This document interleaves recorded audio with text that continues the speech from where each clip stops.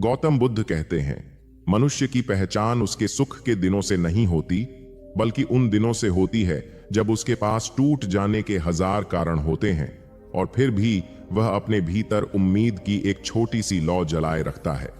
यह कहानी ऐसे ही एक व्यक्ति की है जिसका नाम वत्सल था। वह कोई राजा नहीं था, कोई विद्वान नहीं था, कोई प्रसिद्ध व्यक्ति भी नहीं था। वह एक साधारण लकड़हारा था, लेकिन उसके जीवन में जो घटा उसने पूरे माधवपुर गांव की सोच बदल दी। पूर्व दिशा में सूरज अभी पूरी तरह निकला भी नहीं था। आकाश पर हल्की लालिमा फैल रही थी। खेतों के ऊपर ओस की बूंदें मोतियों की तरह चमक रही थीं। पक्षियों की धीमी आवाजें वातावरण में गूंजने लगी थीं। गांव के अधिकांश घरों में अभी लोग सो रहे थे, लेकिन माधवपुर के किनारे खड़ी एक छोटी सी जर्जर झोपड़ी में रात और दिन का कोई अंतर नहीं था। वहां रहने वाले लोगों के लिए हर सुबह एक नई चुनौती लेकर आती थी। उस झोपड़ी की मिट्टी की दीवारों पर समय के निशान साफ दिखाई देते थे। कई जगहों से दीवारें टूट चुकी थीं। छत पर लगी पुरानी घास और लकड़ियां बरसात में पानी रोकने की ताकत खो चुकी थीं। जब कभी बारिश होती तो घर के भीतर जगह जगह बर्तन रखकर पानी रोकना पड़ता था। सर्दियों में ठंडी हवा दरारों से अंदर चली आती और गर्मियों में तपती धूप छप्पर को आग जैसा गर्म कर देती। यही घर था वत्सल का। झोपड़ी के एक कोने में उसकी बूढ़ी मां कमला लेटी हुई थी। उम्र और बीमारी ने उनके शरीर को कमजोर बना दिया था। रात भर उन्हें खांसी आती रही थी। खांसते खांसते उनकी आंखों से आंसू निकल आते, लेकिन वे कोशिश करती कि आवाज ज्यादा ना हो ताकि बच्चों की नींद न टूटे। दूसरी ओर मिट्टी के चूल्हे के पास वत्सल की पत्नी देविका बैठी थी। उसके सामने एक पुराना बर्तन रखा था जिसमें बस थोड़ी सी बची हुई जौ की खिचड़ी थी। देविका ने बर्तन को देखा और फिर अपने दोनों बच्चों को। 10 वर्ष का आरव और 7 वर्ष की गौरी अभी सो रहे थे। उनके चेहरों पर मासूमियत थी, लेकिन उस मासूमियत के पीछे भूख की छाया भी थी। पिछली रात दोनों बच्चों ने पेट भर भोजन नहीं किया था, फिर भी वे सो गए थे, क्योंकि गरीबी में कई बार नींद ही भूख का सबसे सस्ता इलाज बन जाती है। देविका ने गहरी सांस ली। वह जानती थी कि इतनी खिचड़ी 4 लोगों के लिए पर्याप्त नहीं थी। उसने मन ही मन निश्चय किया कि आज भी वह अपने हिस्से का भोजन बच्चों को दे देगी। यह कोई नई बात नहीं थी। पिछले कई महीनों से वह यही करती आ रही थी। उधर वत्सल धीरे धीरे उठ बैठा। उसके चेहरे पर रात भर की थकान साफ दिखाई दे रही थी। उसने बाहर झांका। सुबह हो चुकी थी। जंगल तक पहुंचने में समय लगता था। यदि देर हो जाती तो अच्छे सूखे पेड़ किसी और लकड़हारे के हिस्से में चले जाते। उसने अपनी पुरानी कुल्हाड़ी उठाई। कुल्हाड़ी का लकड़ी वाला हिस्सा कई बार टूटकर जोड़ा जा चुका था। धार भी वैसी नहीं रही थी जैसी कभी हुआ करती थी। फिर भी वही उसकी सबसे बड़ी पूंजी थी। वत्सल बाहर निकलने लगा तो गौरी की आंख खुल गई। बाबा, उसने धीमी आवाज में पुकारा। वत्सल तुरंत उसके पास आया। क्या हुआ बेटी? गौरी कुछ क्षण चुप रही, फिर बोली, बाबा, हमारे स्कूल में सब बच्चों के पास नए कपड़े हैं। क्या मेरे लिए भी कभी नया कपड़ा आएगा? यह प्रश्न बहुत छोटा था, लेकिन वत्सल के हृदय पर किसी भारी पत्थर की तरह गिरा। उसने मुस्कुराने की कोशिश की।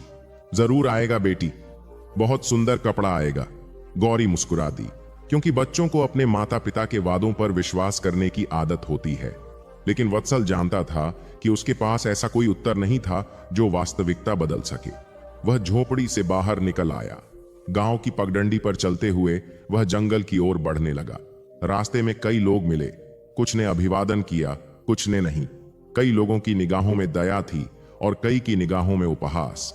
माधवपुर गांव में वत्सल को लोग मेहनती तो मानते थे, लेकिन सफल नहीं। उनके लिए सफलता का अर्थ धन था, और धन वत्सल के पास नहीं था। चलते चलते उसे वह दिन याद आया जब उसके पिता जीवित थे। तब उनके पास थोड़ी सी जमीन थी। जीवन कठिन था, लेकिन इतना कठिन नहीं। फिर लगातार 3 वर्षों तक सूखा पड़ा। जमीन बिक गई, कर्ज बढ़ गया। पिता बीमारी से चल बसे और परिवार का पूरा भार वत्सल के कंधों पर आ गया। उस दिन के बाद से उसने कभी शिकायत नहीं की, लेकिन इसका अर्थ यह नहीं था कि उसे दर्द नहीं होता था। जंगल पहुंचते पहुंचते सूरज ऊपर आ चुका था। पेड़ों की लंबी कतारें दूर तक फैली हुई थीं। हवा में मिट्टी और पत्तों की गंध थी। यही जंगल उसके परिवार का पालन करता था। वत्सल ने काम शुरू कर दिया। एक पेड़ से सूखी शाखाएं काटना, उन्हें बांधना फिर कंधे पर उठाकर दूर तक ले जाना। यह काम जितना सुनने में सरल लगता था, वास्तव में उतना ही कठिन था। घंटे बीतते गए, दोपहर होने लगी। पसीना उसके कपड़ों को भिगो चुका था, लेकिन लकड़ियों का ढेर अभी भी इतना नहीं हुआ था कि अच्छे दाम मिल सके। वह एक बड़े पत्थर पर बैठ गया। उसने अपने साथ लाई हुई छोटी सी पोटली खोली। उसमें बस एक सूखी रोटी थी। रोटी को देखते हुए उसे याद आया कि घर पर बच्चों ने शायद उससे भी कम खाया होगा। उसका मन भारी हो गया। वह सोचने लगा, क्या जीवन हमेशा ऐसा ही रहेगा? क्या उसके बच्चों की दुनिया भी इसी अभाव में बीतेगी? क्या मेहनत वास्तव में किसी दिन फल देती है, या यह सब केवल कहानियों की बातें हैं? इन्हीं विचारों में डूबा वह बैठा था कि तभी उसे पास से किसी के कदमों की आहट सुनाई दी। उसने सिर उठाकर देखा। एक वृद्ध साधु धीरे धीरे उसकी ओर आ रहे थे। उनके वस्त्र साधारण थे, चेहरे पर अद्भुत शांति थी, आंखों में ऐसी गहराई थी जैसे वे मनुष्य के भीतर छिपे विचारों को भी देख सकती हों। साधु उसके सामने आकर रुक गए। उन्होंने कुछ क्षण तक वत्सल को देखा, फिर मुस्कुराए। बहुत भारी बोझ उठाते हो पुत्र। वत्सल ने सोचा कि वे लकड़ियों की बात कर रहे हैं। वह बोला, हाँ महाराज, यही मेरा काम है। साधु ने सिर हिलाया। मैं लकड़ियों की बात नहीं कर रहा। वत्सल चौंक गया। कुछ क्षण तक दोनों के बीच मौन रहा। फिर साधु ने धीरे से कहा, तुम्हारे कंधों पर जितना भार दिखाई देता है, उससे कहीं अधिक भार तुम्हारे मन में छिपा है। यह सुनकर वत्सल स्तब्ध रह गया, क्योंकि यही सत्य था। वह वर्षों से अपने भीतर अनेक चिंताएं दबाए हुए था। साधु उसके पास बैठ गए। तुम्हें क्या लगता है पुत्र, तुम्हारा सबसे बड़ा दुर्भाग्य क्या है? वत्सल ने बिना सोचे उत्तर दिया, मेरी गरीबी, मेरी गरीबी। साधु कुछ क्षण मुस्कुराते रहे, फिर बोले, और यदि मैं कहूं कि यही तुम्हारे जीवन का सबसे बड़ा वरदान है? वत्सल ने आश्चर्य से उनकी ओर देखा। उसे लगा शायद उसने ठीक से सुना नहीं। गरीबी और वरदान, यह कैसे संभव था? उसने पूछा, महाराज, भूख कैसे वरदान हो सकती है? अभाव कैसे वरदान हो सकता है? साधु ने कोई सीधा उत्तर नहीं दिया। उन्होंने केवल आकाश की ओर देखा और कहा, कभी कभी ईश्वर मनुष्य को वह नहीं देता जो वह चाहता है, क्योंकि वह उसे उससे भी बड़ी चीज देने की तैयारी कर रहा होता है। वत्सल समझ नहीं पाया। उसके मन में और अधिक प्रश्न उठने लगे, लेकिन तभी साधु खड़े हो गए। उन्होंने जंगल के भीतर की ओर एक क्षण देखा, फिर वत्सल की ओर मुड़कर बोले, जिस चीज को तुम अभिशाप समझ रहे हो, उसी में तुम्हारे जीवन का सबसे बड़ा रहस्य छिपा है। यह कहकर वे आगे बढ़ गए। वत्सल उन्हें रोकना चाहता था, वह और पूछना चाहता था, लेकिन कुछ ही क्षणों में साधु पेड़ों के बीच ओझल हो गए। अब जंगल पहले जैसा नहीं लग रहा था। हवा वही थी, पेड़ वही थे, लेकिन वत्सल के मन में एक नया प्रश्न जन्म ले चुका था। वह देर तक वहीं खड़ा रहा। उसके कानों में साधु के शब्द बार बार गूंज रहे थे, जिस चीज को तुम अभिशाप समझ रहे हो, उसी में तुम्हारे जीवन का सबसे बड़ा रहस्य छिपा है। और उसी क्षण उसके भीतर एक ऐसा प्रश्न उठ खड़ा हुआ जिसका उत्तर उसे कहीं दिखाई नहीं दे रहा था। क्या सचमुच उसकी गरीबी के अंधेरे में कोई ऐसा प्रकाश छिपा था जिसे वह आज तक देख ही नहीं पाया था? अगली भोर जब धुंध अभी खेतों की मेड़ों पर चुपचाप बैठी हुई थी और सूरज की पहली किरणें धरती को छूने की तैयारी कर रही थीं, तब वत्सल की आंखें सामान्य दिनों की तरह नहीं खुलीं। पिछली शाम जंगल में मिले उस वृद्ध साधु के शब्द पूरी रात उसके मन में घूमते रहे थे। वह बार बार करवट बदलता रहा, कभी झोपड़ी की टूटी हुई छत को देखता, कभी अपनी सोती हुई बेटी गौरी के चेहरे को, कभी अपनी बूढ़ी मां की धीमी खांसी सुनता, और फिर वही प्रश्न उसके भीतर उठ खड़ा होता, यदि गरीबी अभिशाप नहीं है तो फिर वह क्या है? यदि जीवन ने उससे इतना कुछ छीन लिया है, तो फिर ऐसा कौन सा वरदान है जिसे वह देख नहीं पा रहा? इन प्रश्नों का कोई उत्तर उसके पास नहीं था, लेकिन पहली बार उसे ऐसा लग रहा था कि शायद उसके जीवन में जो कुछ दिखाई देता है, उसके पीछे कोई और कहानी भी छिपी हुई है। उस सुबह जब वह जंगल जाने के लिए तैयार हुआ, तो देविका ने उसके हाथ में सूखी रोटियों की छोटी सी पोटली रखी। वह जानती थी कि यह भोजन किसी मेहनतकश आदमी के लिए पर्याप्त नहीं था, लेकिन घर में इससे अधिक कुछ था भी नहीं।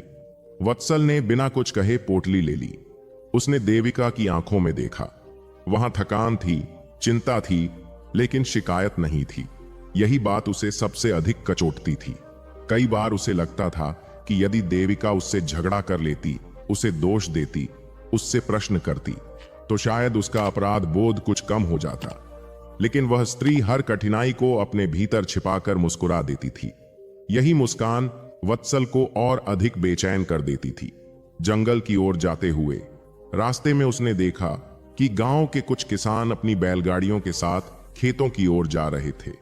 उनके चेहरों पर भी चिंताएं थीं, क्योंकि इस वर्ष बारिश समय पर नहीं हुई थी।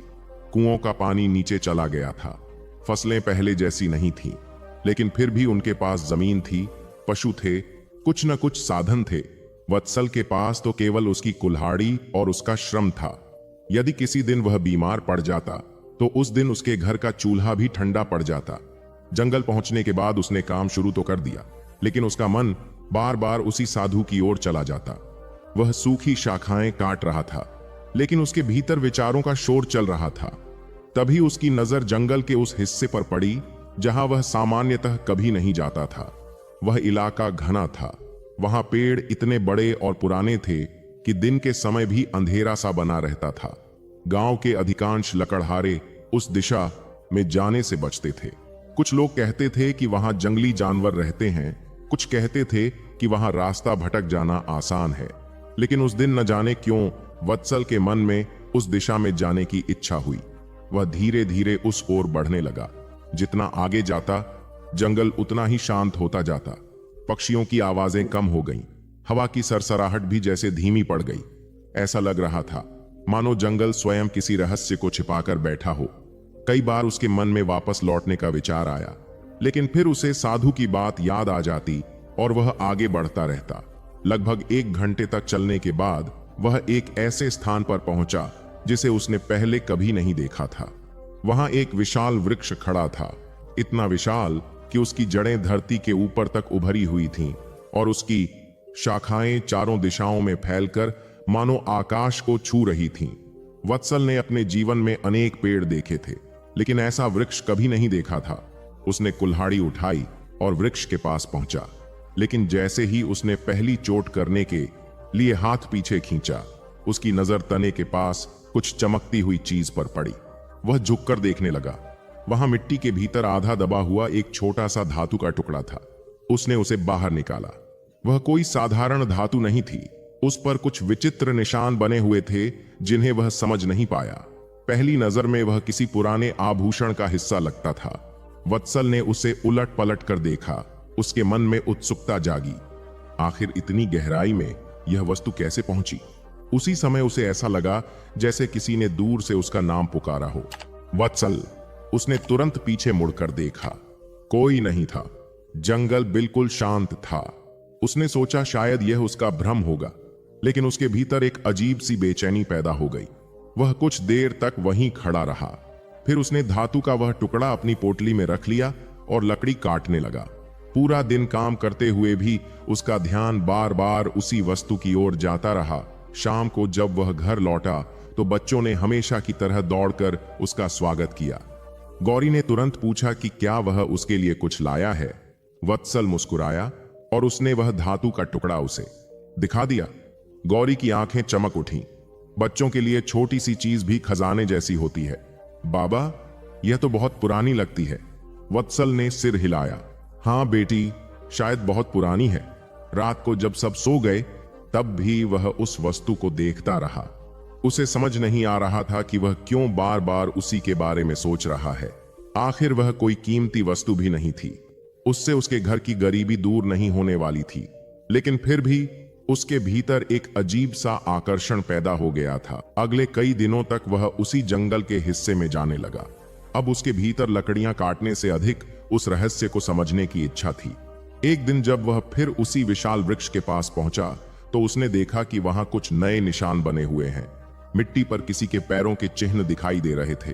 वे निशान मनुष्य के लग रहे थे, लेकिन आसपास कोई नहीं था। वत्सल को आश्चर्य हुआ। उस स्थान पर तो कोई आता ही नहीं था। उसने उन निशानों का पीछा करना शुरू किया। वे कुछ दूरी तक गए और फिर अचानक समाप्त हो गए। ऐसा लगा मानो जिस व्यक्ति के कदमों के निशान थे वह हवा में गायब हो गया हो। वत्सल को पहली बार हल्का सा भय महसूस हुआ, लेकिन उसके भीतर जिज्ञासा भय से अधिक मजबूत थी। दिन बीतते गए। उधर घर की स्थिति और कठिन होती जा रही थी। आरव को हल्का बुखार रहने लगा। मां कमला की खांसी बढ़ गई। देविका की आंखों के नीचे काले घेरे गहरे होते जा रहे थे। कई बार वत्सल सोचता कि वह इन रहस्यमयी बातों में समय क्यों बर्बाद कर रहा है। उसे केवल लकड़ियां काटनी चाहिए और परिवार का पेट भरने पर ध्यान देना चाहिए। लेकिन जैसे ही वह यह निर्णय लेता, उसके मन में फिर वही प्रश्न उठने लगता कि शायद ईश्वर उसे किसी दिशा में ले जा रहा है। एक शाम जब वह जंगल से लौट रहा था तो रास्ते में गांव के कुछ लोग मिले। उनमें से एक धनवान व्यापारी था जो अक्सर गरीबों का उपहास करता था। उसने हंसते हुए कहा, वत्सल, सुना है अब तुम जंगल में खजाना ढूंढते फिरते हो। लकड़ियां कम पड़ गई हैं क्या? बाकी लोग भी हंसने लगे। वत्सल ने कोई उत्तर नहीं दिया। वह चुपचाप आगे बढ़ गया, लेकिन भीतर कहीं दर्द हुआ। गरीबी केवल पेट की भूख नहीं होती, कई बार वह सम्मान को भी धीरे धीरे खा जाती है। उस रात वह देर तक सो नहीं पाया। बाहर हवा चल रही थी। छत की पुरानी लकड़ियां चरमराहट कर रही थीं। देविका और बच्चे सो चुके थे। वत्सल झोपड़ी के बाहर बैठा आकाश को देख रहा था। अचानक उसे फिर उसी साधु की आवाज याद आई। जिस चीज को तुम अभिशाप समझ रहे हो, उसी में तुम्हारे जीवन का सबसे बड़ा रहस्य छिपा है। वह सोचने लगा, क्या वह रहस्य उस विशाल वृक्ष से जुड़ा है?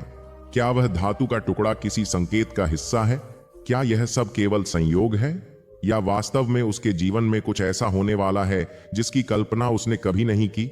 इन प्रश्नों का उत्तर उसे नहीं मिला, लेकिन अगले दिन उसने निश्चय कर लिया कि वह फिर उस वृक्ष के पास जाएगा और इस बार पहले से भी अधिक गहराई से उस स्थान की जांच करेगा। उसे यह नहीं पता था कि आने वाले दिनों में जो कुछ वह देखने वाला है, वह उसके जीवन की दिशा बदलने की शुरुआत हो सकती है। और जब वह अगली सुबह कुल्हाड़ी कंधे पर रखकर उसी रहस्यमयी जंगल की ओर बढ़ रहा था, तब उसके मन में केवल एक ही विचार घूम रहा था। क्या उस विशाल वृक्ष के पीछे वास्तव में कोई ऐसा रहस्य छिपा था जो एक गरीब लकड़हारे की किस्मत ही नहीं, उसके पूरे जीवन की कहानी बदल सकता था? बरसात का मौसम आने ही वाला था, मगर वत्सल के जीवन में सूखा पहले से कहीं अधिक गहरा हो चुका था। आकाश में बादल दिखाई देने लगे थे, हवा में नमी बढ़ने लगी थी, खेतों की मिट्टी पहली वर्षा की प्रतीक्षा कर रही थी, पेड़ों की पत्तियां भी मानो आसमान की ओर देखकर किसी शुभ संकेत का इंतजार कर रही थीं। लेकिन वत्सल के हृदय में ऐसी कोई प्रतीक्षा नहीं बची थी। कई बार मनुष्य के जीवन में ऐसा समय आता है जब कठिनाइयां केवल शरीर को नहीं थकाती, बल्कि आत्मा तक को घायल कर देती हैं। बाहर से देखने वाले लोगों को लगता है कि वह व्यक्ति अभी भी चल रहा है, अभी भी काम कर रहा है, अभी भी बोल रहा है, लेकिन भीतर से वह धीरे धीरे टूट चुका होता है। वत्सल भी अब उसी अवस्था में पहुंच रहा था। वर्षों तक उसने संघर्ष किया था, वर्षों तक उसने अभाव सहा था, वर्षों तक उसने अपने परिवार की रक्षा के लिए स्वयं की इच्छाओं का बलिदान दिया था।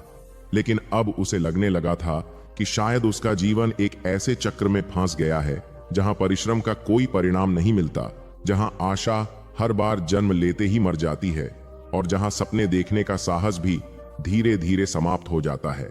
उस दिन जब वह जंगल से लौट रहा था, तब उसके कंधे पर लकड़ियों का गट्ठर पहले की तरह ही था, लेकिन उसका मन पहले जैसा नहीं था। गांव की सीमा पर पहुंचते ही उसे दो साहूकार दिखाई दिए। वे वही लोग थे जिनसे कुछ महीने पहले उसने अपनी मां के उपचार के लिए थोड़े पैसे उधार लिए थे। शुरुआत में उन्होंने बड़ी मिठास से बात की थी, लेकिन अब जब पैसा लौटाने का समय आ गया था तो उनकी भाषा बदल चुकी थी। उनमें से एक ने दूर से ही ऊंची आवाज में कहा, वत्सल, कब तक भागता रहेगा? कर्ज लिया है तो लौटाना भी पड़ेगा। आसपास खड़े लोगों की नजरें तुरंत उसकी ओर उठ गईं। वत्सल रुक गया। वह जानता था कि उसके पास इस समय देने के लिए कुछ भी नहीं है। उसने विनम्रता से कहा कि उसे थोड़ा समय और चाहिए, लेकिन साहूकार हंस पड़ा। वह हंसी किसी उपहास से कम नहीं थी। उसने कहा, समय? तुम्हारे पास समय के अलावा है ही क्या? गरीब आदमी हमेशा समय ही मांगता है, क्योंकि उसके पास देने के लिए और कुछ नहीं होता। वह वाक्य सुनकर वत्सल के भीतर कुछ कांप गया। उसने कोई उत्तर नहीं दिया। वह चुपचाप आगे बढ़ गया, लेकिन वह अपमान उसके मन में किसी कांटे की तरह चुभ गया। रास्ते भर उसे वही शब्द सुनाई देते रहे। कभी कभी गरीबी से अधिक पीड़ा अपमान देता है, क्योंकि भूख कुछ समय बाद शांत हो सकती है, लेकिन अपमान स्मृति में वर्षों तक जीवित रहता है। जब वह घर पहुंचा तो उसने देखा कि झोपड़ी के बाहर गौरी मिट्टी से छोटे छोटे खिलौने बना रही थी। वह मुस्कुरा रही थी। उसकी मुस्कान इतनी सरल थी कि उसे देखकर कोई भी क्षण भर के लिए अपनी चिंताएं भूल सकता था। गौरी दौड़कर उसके पास आई और बोली, बाबा, अगले सप्ताह गांव में उत्सव है। सब बच्चे नए कपड़े पहनेंगे। क्या इस बार मैं भी पहनूंगी? यह प्रश्न उसने मासूमियत से पूछा था। उसमें कोई शिकायत नहीं थी, कोई जिद नहीं थी, केवल एक साधारण इच्छा थी। लेकिन यही साधारण इच्छा वत्सल के लिए असंभव थी। वह कुछ क्षण तक अपनी बेटी का चेहरा देखता रहा। उसकी आंखों में उत्साह था, विश्वास था और वह भरोसा था जो केवल बच्चों के पास होता है। वत्सल ने मुस्कुराने की कोशिश की, लेकिन इस बार मुस्कान उसके होठों तक पहुंच ही नहीं सकी। उसने केवल इतना कहा कि वह प्रयास करेगा। गौरी प्रसन्न होकर फिर खेलने लगी, लेकिन वत्सल भीतर से बिखर गया। उसे लगा जैसे वह एक पिता के रूप में असफल हो रहा है। वह अपनी बेटी को कोई बड़ा उपहार नहीं दे सकता, कोई आभूषण नहीं दे सकता, कोई महंगी वस्तु नहीं दे सकता, लेकिन क्या वह एक साधारण कपड़ा भी नहीं दे सकता? उस रात जब सभी सो गए तब वह झोपड़ी के बाहर बैठा रहा, लेकिन उसके भीतर एक अजीब सी खालीपन फैलती जा रही थी। उसी समय उसकी मां कमला धीरे धीरे बाहर आई। उम्र ने उनके कदमों को कमजोर बना दिया था, लेकिन उनकी आंखों में जीवन का लंबा अनुभव अब भी मौजूद था। वे उसके पास बैठ गईं। कुछ देर तक दोनों मौन रहे। फिर कमला ने कहा, बेटा, तू बहुत थक गया है। यह सुनते ही वत्सल की आंखें भर आईं। उसने वर्षों तक अपने आंसू छिपाए थे, लेकिन उस रात वह स्वयं को रोक नहीं पाया। उसने कहा, मां, मैं हार रहा हूं। जितना मेहनत करता हूं उतना ही जीवन कठिन होता जाता है। मैं अपने बच्चों को वह नहीं दे पा रहा जो उन्हें मिलना चाहिए। मैं देविका की आंखों में छिपी चिंता देखता हूं, मैं आपकी बीमारी देखता हूं, मैं हर दिन संघर्ष करता हूं, लेकिन मुझे कहीं कोई रास्ता दिखाई नहीं देता। कमला ने उसकी बात शांतिपूर्वक सुनी। फिर उन्होंने कहा, जब तू छोटा था तब तू चलना सीख रहा था। तू बार बार गिरता था, कई बार तेरे घुटने छिल जाते थे, लेकिन तूने चलना नहीं छोड़ा। यदि उस समय तूने हार मान ली होती तो क्या आज अपने पैरों पर खड़ा होता? वत्सल ने कोई उत्तर नहीं दिया। उसकी मां ने आगे कहा, जीवन भी वैसा ही है। फर्क केवल इतना है कि बचपन में घुटने छिलते हैं और बड़े होने पर मन। उन शब्दों ने उसके भीतर हलचल तो पैदा की, लेकिन उसके प्रश्न समाप्त नहीं हुए। अगले दिन वह फिर जंगल गया। अब जंगल उसके लिए केवल आजीविका का साधन नहीं रह गया था। वहां उसे एक अजीब सी शांति मिलती थी। पेड़ों के बीच चलते हुए उसे ऐसा लगता था जैसे संसार का शोर कुछ समय के लिए दूर हो गया हो।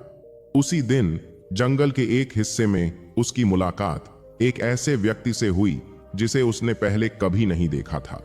वह साधारण वस्त्र पहने हुए था। उसके चेहरे पर गहरी शांति थी। उसकी आंखों में ऐसी स्थिरता थी जो सामान्य मनुष्यों में बहुत कम दिखाई देती है। दोनों के बीच बातचीत शुरू हुई। धीरे धीरे वत्सल को पता चला कि वह व्यक्ति गौतम बुद्ध के शिष्यों में से एक है। यह सुनते ही वत्सल का ध्यान उसकी ओर और अधिक आकर्षित हो गया। उसने सोचा कि शायद यह व्यक्ति उसे कोई ऐसा उपाय बताएगा जिससे उसकी समस्याएं समाप्त हो जाएंगी। लेकिन शिष्य ने कोई चमत्कारी बात नहीं कही। उसने कोई मंत्र नहीं दिया। उसने कोई भविष्यवाणी नहीं की। उसने केवल एक प्रश्न पूछा। उसने कहा, वत्सल, यदि मैं तुझसे कहूं कि तेरे जीवन की सबसे बड़ी समस्या गरीबी नहीं है, तो क्या तू विश्वास करेगा? वत्सल चौंक गया। उसे वही साधु याद आ गए जिनसे वह पहले मिला था। उसने कहा, यदि गरीबी समस्या नहीं है तो फिर समस्या क्या है? शिष्य मुस्कुराया और बोला, तेरी समस्या यह है कि तू हर दिन अपने दुखों को गिनता है, लेकिन अपनी शक्तियों को नहीं। तू हर रात यह सोचकर सोता है कि तेरे पास क्या नहीं है, लेकिन यह नहीं देखता कि तेरे पास क्या है। वत्सल ने तुरंत कहा, मेरे पास है ही क्या? शिष्य ने जंगल की ओर संकेत किया और बोला, तेरे पास काम करने वाले हाथ हैं, तेरे पास चलने वाले पैर हैं, तेरे पास परिवार है जो तुझसे प्रेम करता है, तेरे पास ऐसा हृदय है जो अभी भी करुणा से भरा हुआ है। एक दुनिया में ऐसे लोग भी हैं जिनके पास धन है, लेकिन इनमें से एक भी चीज नहीं है। वत्सल चुप हो गया। शिष्य ने आगे कहा, जब तक मनुष्य केवल अभाव को देखता है, तब तक उसे संसार में केवल अंधकार दिखाई देता है। लेकिन जिस दिन वह उपलब्धियों को देखना शुरू कर देता है, उसी दिन उसके भीतर प्रकाश जन्म लेता है। वे शब्द सुनने में सरल थे, लेकिन उनके भीतर एक गहरी शक्ति थी। वत्सल को ऐसा लगा जैसे किसी ने उसके मन के भीतर वर्षों से जमा धूल को थोड़ा सा हटा दिया हो। पहली बार उसे महसूस हुआ कि शायद उसका दृष्टिकोण ही उसके दुख को और बड़ा बना रहा है। शायद परिस्थितियां कठिन हैं, लेकिन वह स्वयं भी हर दिन उन्हें और भारी बनाता जा रहा है। उस दिन जब वह घर लौटा, तब उसके पास पहले की तरह ही लकड़ियों का गट्ठर था, लेकिन उसके भीतर कुछ बदलना शुरू हो गया था। परिवर्तन बहुत छोटा था, इतना छोटा कि कोई दूसरा उसे देख भी नहीं सकता था, लेकिन वह मौजूद था। पहली बार उसे लगा कि शायद जीवन केवल परिस्थितियों का नाम नहीं है, बल्कि उन्हें देखने के तरीके का भी नाम है। लेकिन क्या वास्तव में केवल सोच बदल जाने से भाग्य बदल सकता है? क्या वर्षों की गरीबी, अपमान, संघर्ष और अभाव केवल दृष्टिकोण बदलने से समाप्त हो सकते हैं? या फिर जीवन अभी भी वत्सल के लिए कोई ऐसी परीक्षा तैयार कर रहा था जिसकी उसने कल्पना भी नहीं की थी? कभी कभी जीवन मनुष्य को ऐसी जगह लाकर खड़ा कर देता है जहां उसके सामने कोई स्पष्ट मार्ग दिखाई नहीं देता। चारों ओर समस्याएं होती हैं, भविष्य धुंध से ढका हुआ लगता है, परिस्थितियां हर दिन नई चुनौती लेकर आती हैं, और ऐसा प्रतीत होता है मानो संसार की सारी कठिनाइयां उसी एक व्यक्ति की परीक्षा लेने के लिए एकत्र हो गई हों। लेकिन गौतम बुद्ध कहते हैं कि वास्तविक परिवर्तन तब नहीं होता जब परिस्थितियां बदलती हैं, बल्कि तब होता है जब मनुष्य का देखने का दृष्टिकोण बदल जाता है। जिस दिन व्यक्ति अपने दुखों को जीवन का अंत समझना छोड़ देता है, लेकिन उसके भीतर जो परिवर्तन शुरू हुआ था वह धीरे धीरे उसकी पूरी सोच को बदलने लगा था। अब जब वह सुबह उठता तो पहले की तरह केवल समस्याओं के बारे में नहीं सोचता था। वह अपनी मां को देखता और सोचता कि अभी भी वह उनके चरण छू सकता है। वह अपने बच्चों को देखता और सोचता कि अभी भी उनके चेहरे पर मुस्कान है। वह देविका को देखता और सोचता कि अभी भी उसके जीवन में एक ऐसा साथी है जिसने कभी कठिन समय में उसका साथ नहीं छोड़ा। पहले जिन चीजों को वह सामान्य समझकर अनदेखा कर देता था, अब वही चीजें उसे अनमोल लगने लगी थीं। यह परिवर्तन धीरे धीरे हुआ, लेकिन इतना गहरा था कि उसके व्यवहार में दिखाई देने लगा। गांव के लोग जो पहले उसे हमेशा चिंतित और बोझिल देखते थे, अब उसके चेहरे पर एक अलग प्रकार की शांति देखने लगे थे। हालांकि उसकी समस्याएं कम नहीं हुई थीं, फिर भी वह पहले की तरह हर समय उदास नहीं दिखाई देता था। कई लोगों को यह बात समझ नहीं आती थी कि आखिर एक गरीब लकड़हारा जिसके पास खोने के लिए कुछ नहीं और पाने के लिए संघर्ष के अलावा कोई रास्ता नहीं, वह अचानक इतना शांत कैसे हो सकता है। उधर गांव की परिस्थितियां दिन प्रतिदिन कठिन होती जा रही थीं। वर्षा का समय निकलता जा रहा था, लेकिन बादल आते और बिना बरसे चले जाते। खेतों की मिट्टी सूखने लगी थी, तालाबों का जलस्तर घट रहा था। किसानों के चेहरों पर चिंता स्पष्ट दिखाई देने लगी थी।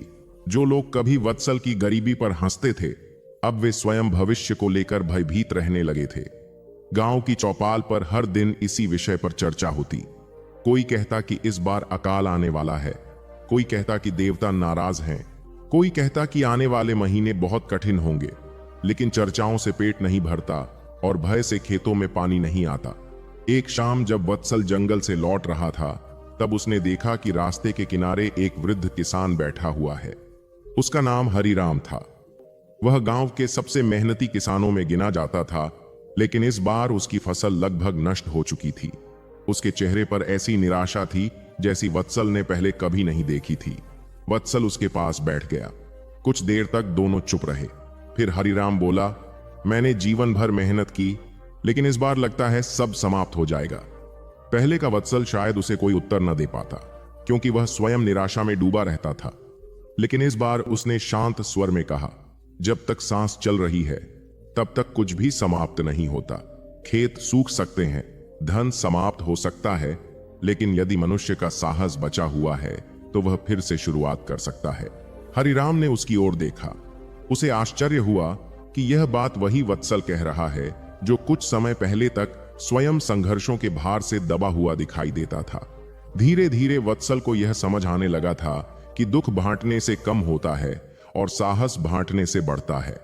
अब वह गांव के उन लोगों की सहायता करने लगा था जिनकी स्थिति उससे भी अधिक खराब थी। यदि किसी वृद्ध को लकड़ियां उठाने में कठिनाई होती तो वह सहायता कर देता। यदि किसी बच्चे को भोजन नहीं मिलता तो वह अपने हिस्से का थोड़ा भाग दे देता। यदि कोई निराश होकर बैठ जाता तो वह उसे हिम्मत देता। यह सब करते समय उसके पास अतिरिक्त धन नहीं था, लेकिन उसके पास करुणा थी। और कई बार करुणा वह दे सकती है जो धन कभी नहीं दे सकता।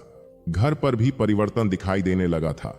देविका ने महसूस किया कि वत्सल पहले की तुलना में अधिक धैर्यवान हो गया है। पहले जब कोई समस्या आती तो वह भीतर ही भीतर घुटने लगता था। अब वह समस्याओं को स्वीकार करके उनका सामना करने की कोशिश करता। एक रात जब वे दोनों झोपड़ी के बाहर बैठे थे और आकाश में तारों को देख रहे थे, तब देविका ने उससे पूछा, तुम बदल गए हो वत्सल। पहले तुम्हारी आंखों में चिंता रहती थी, अब वहां कुछ और है। वत्सल कुछ देर तक मौन रहा। फिर उसने कहा, पहले मैं सोचता था कि मेरा जीवन केवल अभावों की कहानी है। अब मुझे लगता है कि शायद यह धैर्य की परीक्षा है। यदि मैं हर कठिनाई के सामने टूट जाऊंगा तो मेरे बच्चे भी यही सीखेंगे, लेकिन यदि मैं खड़ा रहूंगा तो शायद वे भी जीवन के सामने झुकना नहीं सीखेंगे। समय बीतता गया और गांव पर संकट और गहरा होता गया। कुएं लगभग सूख चुके थे। कई परिवारों के घरों में भोजन की कमी होने लगी थी। जिन लोगों के पास धन था वे अपने भंडार बचाने लगे। जिनके पास अधिक अनाज था वे उसे छिपाने लगे। धीरे धीरे गांव में स्वार्थ बढ़ने लगा। लोग एक दूसरे की सहायता करने के बजाय अपने अपने भविष्य को सुरक्षित करने में लग गए। भय मनुष्य से वह सब करवा देता है जो सामान्य परिस्थितियों में वह कभी नहीं करता। लेकिन इसी समय वत्सल ने कुछ ऐसा किया जिसने लोगों का ध्यान उसकी ओर खींचना शुरू कर दिया। उसने जंगल से लौटते समय अपने साथ अतिरिक्त सूखी लकड़ियां लाना शुरू कर दिया और उन्हें उन परिवारों में बांटने लगा जिनके पास जलाने के लिए कुछ नहीं था। कई बार वह स्वयं कम खाता, लेकिन किसी भूखे बच्चे को देखकर उसे भोजन दे देता। जब लोगों ने उससे पूछा कि वह ऐसा क्यों करता है जबकि उसकी अपनी स्थिति भी अच्छी नहीं है, तब उसने केवल इतना कहा, यदि मैं भी केवल अपने बारे में सोचूंगा तो फिर मेरे और उन लोगों में क्या अंतर रहेगा जो भय के कारण अपने द्वार बंद कर चुके हैं। धीरे धीरे उसके व्यवहार की चर्चा पूरे गांव में फैलने लगी। जो लोग कभी उसका मजाक उड़ाते थे अब उसके बारे में अलग दृष्टि से सोचने लगे। उन्हें पहली बार महसूस हुआ कि धनवान होना और महान होना दो अलग बातें हैं। गांव के कई प्रभावशाली लोग धन रखते थे, लेकिन संकट के समय उन्होंने अपने द्वार बंद कर लिए थे। दूसरी ओर वत्सल था, जिसके पास लगभग कुछ भी नहीं था, फिर भी वह बांट रहा था। एक दिन गांव की चौपाल में सभी लोग एकत्र हुए। वहां अकाल की आशंका को लेकर चर्चा हो रही थी। हर कोई अपनी समस्या बता रहा था, लेकिन कोई समाधान नहीं दे पा रहा था। तभी किसी ने कहा, वत्सल को बुलाओ। यह सुनकर कई लोग आश्चर्यचकित रह गए। कुछ समय पहले तक जिस व्यक्ति की कोई बात सुनना नहीं चाहता था, आज उसी को बुलाया जा रहा था। वत्सल वहां पहुंचा। उसने देखा कि सभी लोग उसकी ओर देख रहे हैं। उसे समझ नहीं आया कि वे उससे क्या अपेक्षा कर रहे हैं। गांव के मुखिया ने कहा, वत्सल, हमारे पास साधन है लेकिन साहस नहीं बचा। तुम्हारे पास साधन नहीं है, लेकिन तुम अभी भी निराश नहीं हुए। हमें बताओ कि हम क्या करें। यह सुनकर वत्सल स्वयं कुछ क्षणों के लिए मौन हो गया। उसे याद आया कि कुछ समय पहले तक वह भी इन्हीं लोगों की तरह भय और निराशा में डूबा हुआ था। उसने धीरे से कहा, मैं कोई ज्ञानी नहीं हूं, लेकिन मैंने एक बात सीखी है। जब नाव में छेद हो जाए तो लोग अक्सर एक दूसरे को दोष देने लगते हैं, लेकिन नाव तभी बचती है जब सब मिलकर छेद बंद करें। यदि हम सब केवल अपने अपने घर बचाने की कोशिश करेंगे तो पूरा गांव डूब जाएगा। यदि हम एक दूसरे का हाथ पकड़ेंगे तो शायद सब बच जाएं। उसके शब्द सरल थे, लेकिन उनमें अनुभव की सच्चाई थी। पहली बार लोगों को लगा कि यह गरीब लकड़हारा केवल जंगल से लकड़ी नहीं काटता, उसने जीवन के संघर्षों से कुछ ऐसा सीखा है जो धन से नहीं खरीदा जा सकता। उसी रात जब वह घर लौटा तब आकाश में काले बादल छाए हुए थे। हवा तेज चल रही थी। दूर कहीं गर्जना सुनाई दे रही थी। ऐसा लग रहा था कि प्रकृति स्वयं किसी बड़े परिवर्तन की तैयारी कर रही है। वत्सल झोपड़ी के बाहर खड़ा होकर आकाश को देखने लगा। उसके मन में शांति थी, लेकिन साथ ही एक अनजाना प्रश्न भी था। उसे महसूस हो रहा था कि गांव पर आने वाला संकट अभी समाप्त नहीं हुआ है, बल्कि शायद असली परीक्षा अब शुरू होने वाली है। और उस क्षण जब तेज हवा पूरे माधवपुर में घूम रही थी और लोग अपने अपने घरों के द्वार बंद कर रहे थे, तब एक ऐसा संकट गांव की ओर बढ़ रहा था जिसकी किसी ने कल्पना भी नहीं की थी। लेकिन उस आने वाले समय में पूरा गांव बार बार उसी गरीब लकड़हारे की ओर देखने वाला था जिसे कभी लोग असफल समझते थे। आखिर ऐसा क्या होने वाला था कि पूरे माधवपुर को अपनी सबसे कठिन घड़ी में उसी वत्सल पर भरोसा करना पड़ता, जिसके पास धन नहीं था, शक्ति नहीं थी, पद नहीं था, लेकिन फिर भी उसके भीतर कुछ ऐसा था जो पूरे गांव में किसी और के पास नहीं था। वर्षों बाद जब लोग माधवपुर की कहानी सुनाते थे, तब वे किसी राजा का नाम नहीं लेते थे, किसी धनी व्यापारी का उदाहरण नहीं देते थे, किसी योद्धा की वीरता का वर्णन नहीं करते थे। वे एक साधारण लकड़हारे का नाम लेते थे, उस व्यक्ति का जिसने अपने जीवन का अधिकांश भाग अभावों में बिताया, जिसने भूख देखी, अपमान सहा, असफलताओं का बोझ उठाया, अपने बच्चों की अधूरी इच्छाओं का दर्द महसूस किया, अपनी मां की बीमारी के सामने स्वयं को असहाय पाया, लेकिन फिर भी अपने भीतर की अच्छाई को मरने नहीं दिया। लोग कहते थे कि माधवपुर को किसी चमत्कार ने नहीं बचाया था, बल्कि एक ऐसे मनुष्य ने बचाया था जिसने कठिन समय में भी मनुष्य बने रहने का साहस नहीं छोड़ा। और यही कारण था कि समय बीत जाने के बाद भी उसकी कहानी गांव की स्मृतियों में जीवित रही। उस रात जब तेज हवाएं पूरे गांव में घूम रही थीं और काले बादल आकाश को ढक चुके थे, तब अधिकांश लोग यह सोचकर प्रसन्न थे कि शायद अब वर्षा होगी और खेतों की प्यास बुझ जाएगी। लेकिन प्रकृति कभी कभी वहां से परीक्षा शुरू करती है जहां मनुष्य राहत की उम्मीद करता है। आधी रात के बाद अचानक ऐसी वर्षा शुरू हुई जैसी कई वर्षों से किसी ने नहीं देखी थी। पहले मोटी मोटी बूंदें गिरी, फिर देखते ही देखते आकाश मानो फट गया। बिजली की गर्जना से धरती कांपने लगी। सूखी नदी जो महीनों से लगभग खाली पड़ी थी, कुछ ही घंटों में उफनने लगी। पहाड़ियों से आने वाला पानी इतनी तेजी से नीचे उतर रहा था कि गांव वालों को स्थिति की गंभीरता समझने का अवसर ही नहीं मिला। सुबह होने से पहले ही माधवपुर के निचले हिस्से में पानी भरने लगा। लोग अपने घरों से बाहर निकलकर चीखने लगे, पशु बंधनों से छूटकर भागने लगे, बच्चे भय से रोने लगे। जिन लोगों ने अकाल का डर देखा था, वे अब बाढ़ के सामने खड़े थे। प्रकृति ने कुछ ही घंटों में परिस्थितियां बदल दी थीं। जो खेत कल तक सूखे थे, वे अब जलमग्न हो चुके थे। मिट्टी के कई घर गिरने लगे। गांव में अफरा तफरी फैल गई। वत्सल भी अपनी झोपड़ी से बाहर निकला। उसने देखा कि पानी तेजी से बढ़ रहा है। उसकी पहली चिंता उसका परिवार था। उसने तुरंत देविका, आरव, गौरी और मां कमला को सुरक्षित स्थान पर पहुंचाने की कोशिश की, लेकिन तभी उसे पड़ोस से सहायता के लिए पुकार सुनाई दी। एक वृद्ध दंपति अपने घर में फंस गए थे। कई लोग अपनी अपनी जान बचाने में लगे हुए थे। कोई उनकी ओर ध्यान नहीं दे रहा था। एक क्षण के लिए वत्सल के सामने चुनाव था। वह केवल अपने परिवार को बचाने पर ध्यान दे सकता था या फिर दूसरों की सहायता के लिए भी आगे बढ़ सकता था। लेकिन उसका हृदय अब पहले जैसा नहीं रहा था। उसने देविका से कहा कि वह बच्चों और मां को ऊंचे टीले की ओर ले जाए। फिर वह स्वयं पानी में उतर गया। पानी कमर तक पहुंच चुका था। बहाव तेज था, फिर भी वह वृद्ध दंपति तक पहुंचा। उसने उन्हें सहारा दिया और धीरे धीरे सुरक्षित स्थान तक लाया। उसके बाद वह रुका नहीं। पूरे दिन वह गांव के अलग अलग हिस्सों में घूमता रहा। कहीं किसी बच्चे को बचाया, कहीं किसी बूढ़े को सहारा दिया, कहीं किसी परिवार को सुरक्षित स्थान तक पहुंचाया। जिन लोगों ने कभी उसका उपहास किया था, आज वे उसी की ओर आशा भरी निगाहों से देख रहे थे। दिन बीतता गया और संकट बढ़ता गया। कई घर बह गए, अनाज के भंडार नष्ट हो गए, पशु मर गए।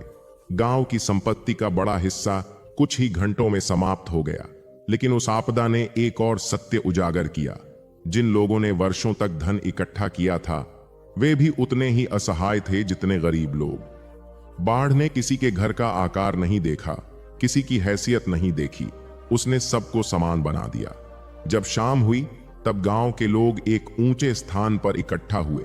वहां उनके पास बहुत कम भोजन बचा था। सभी चिंतित थे।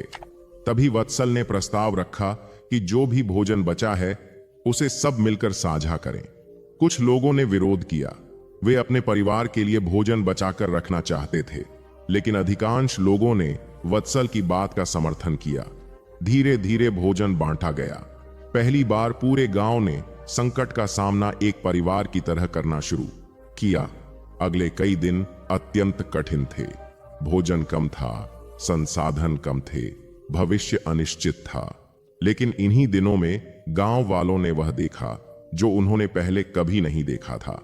उन्होंने देखा कि वत्सल सबसे कम खाता है लेकिन सबसे अधिक काम करता है।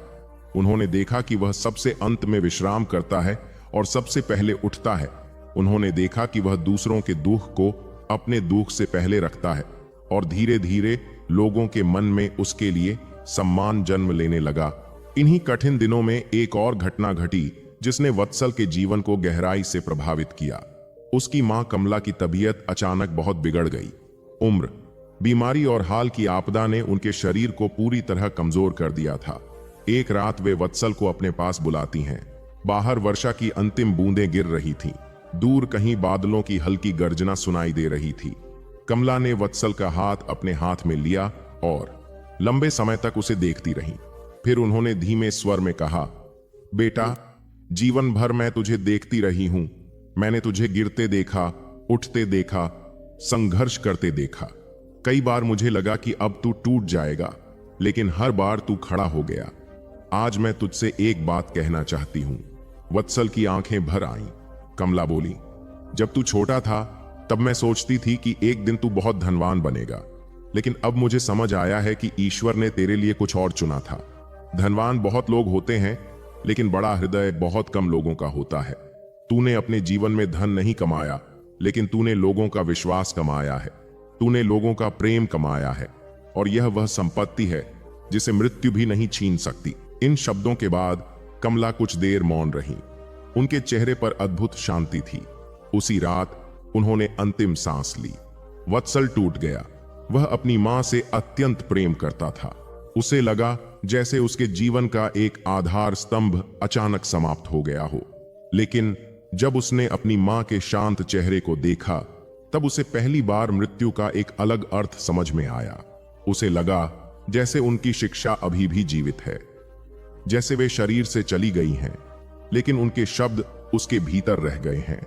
समय धीरे धीरे आगे बढ़ा। बाढ़ का पानी उतर गया। गांव ने पुनर्निर्माण शुरू किया। घर फिर बनाए गए, खेत फिर तैयार किए गए। लोगों ने मिलकर काम किया, और इस पूरे परिवर्तन के केंद्र में वत्सल था। अब लोग उससे सलाह लेने आते थे। अब उसकी बातों को महत्व दिया जाता था। लेकिन सबसे बड़ी बात यह थी कि उसके भीतर कोई अहंकार नहीं आया। वह पहले की तरह ही साधारण बना रहा। वह अब भी जंगल जाता था, अब भी लकड़ियां काटता था, अब भी दूसरों की सहायता करता था। एक दिन वही वृद्ध साधु फिर गांव में आए जिनसे उसकी मुलाकात वर्षों पहले हुई थी। वत्सल ने उन्हें देखते ही पहचान लिया। वह उनके चरणों में झुक गया। साधु मुस्कुराए और बोले, तो पुत्र, अब बताओ, क्या तुम्हें अपना वरदान दिखाई दिया? वत्सल कुछ क्षण चुप रहा। फिर उसकी आंखों से आंसू निकल आए। उसने कहा, हाँ महाराज, अब मुझे समझ आ गया है। मेरी गरीबी मेरा अभिशाप नहीं थी। यदि मैं धनवान होता तो शायद मैं दूसरों का दर्द नहीं समझ पाता।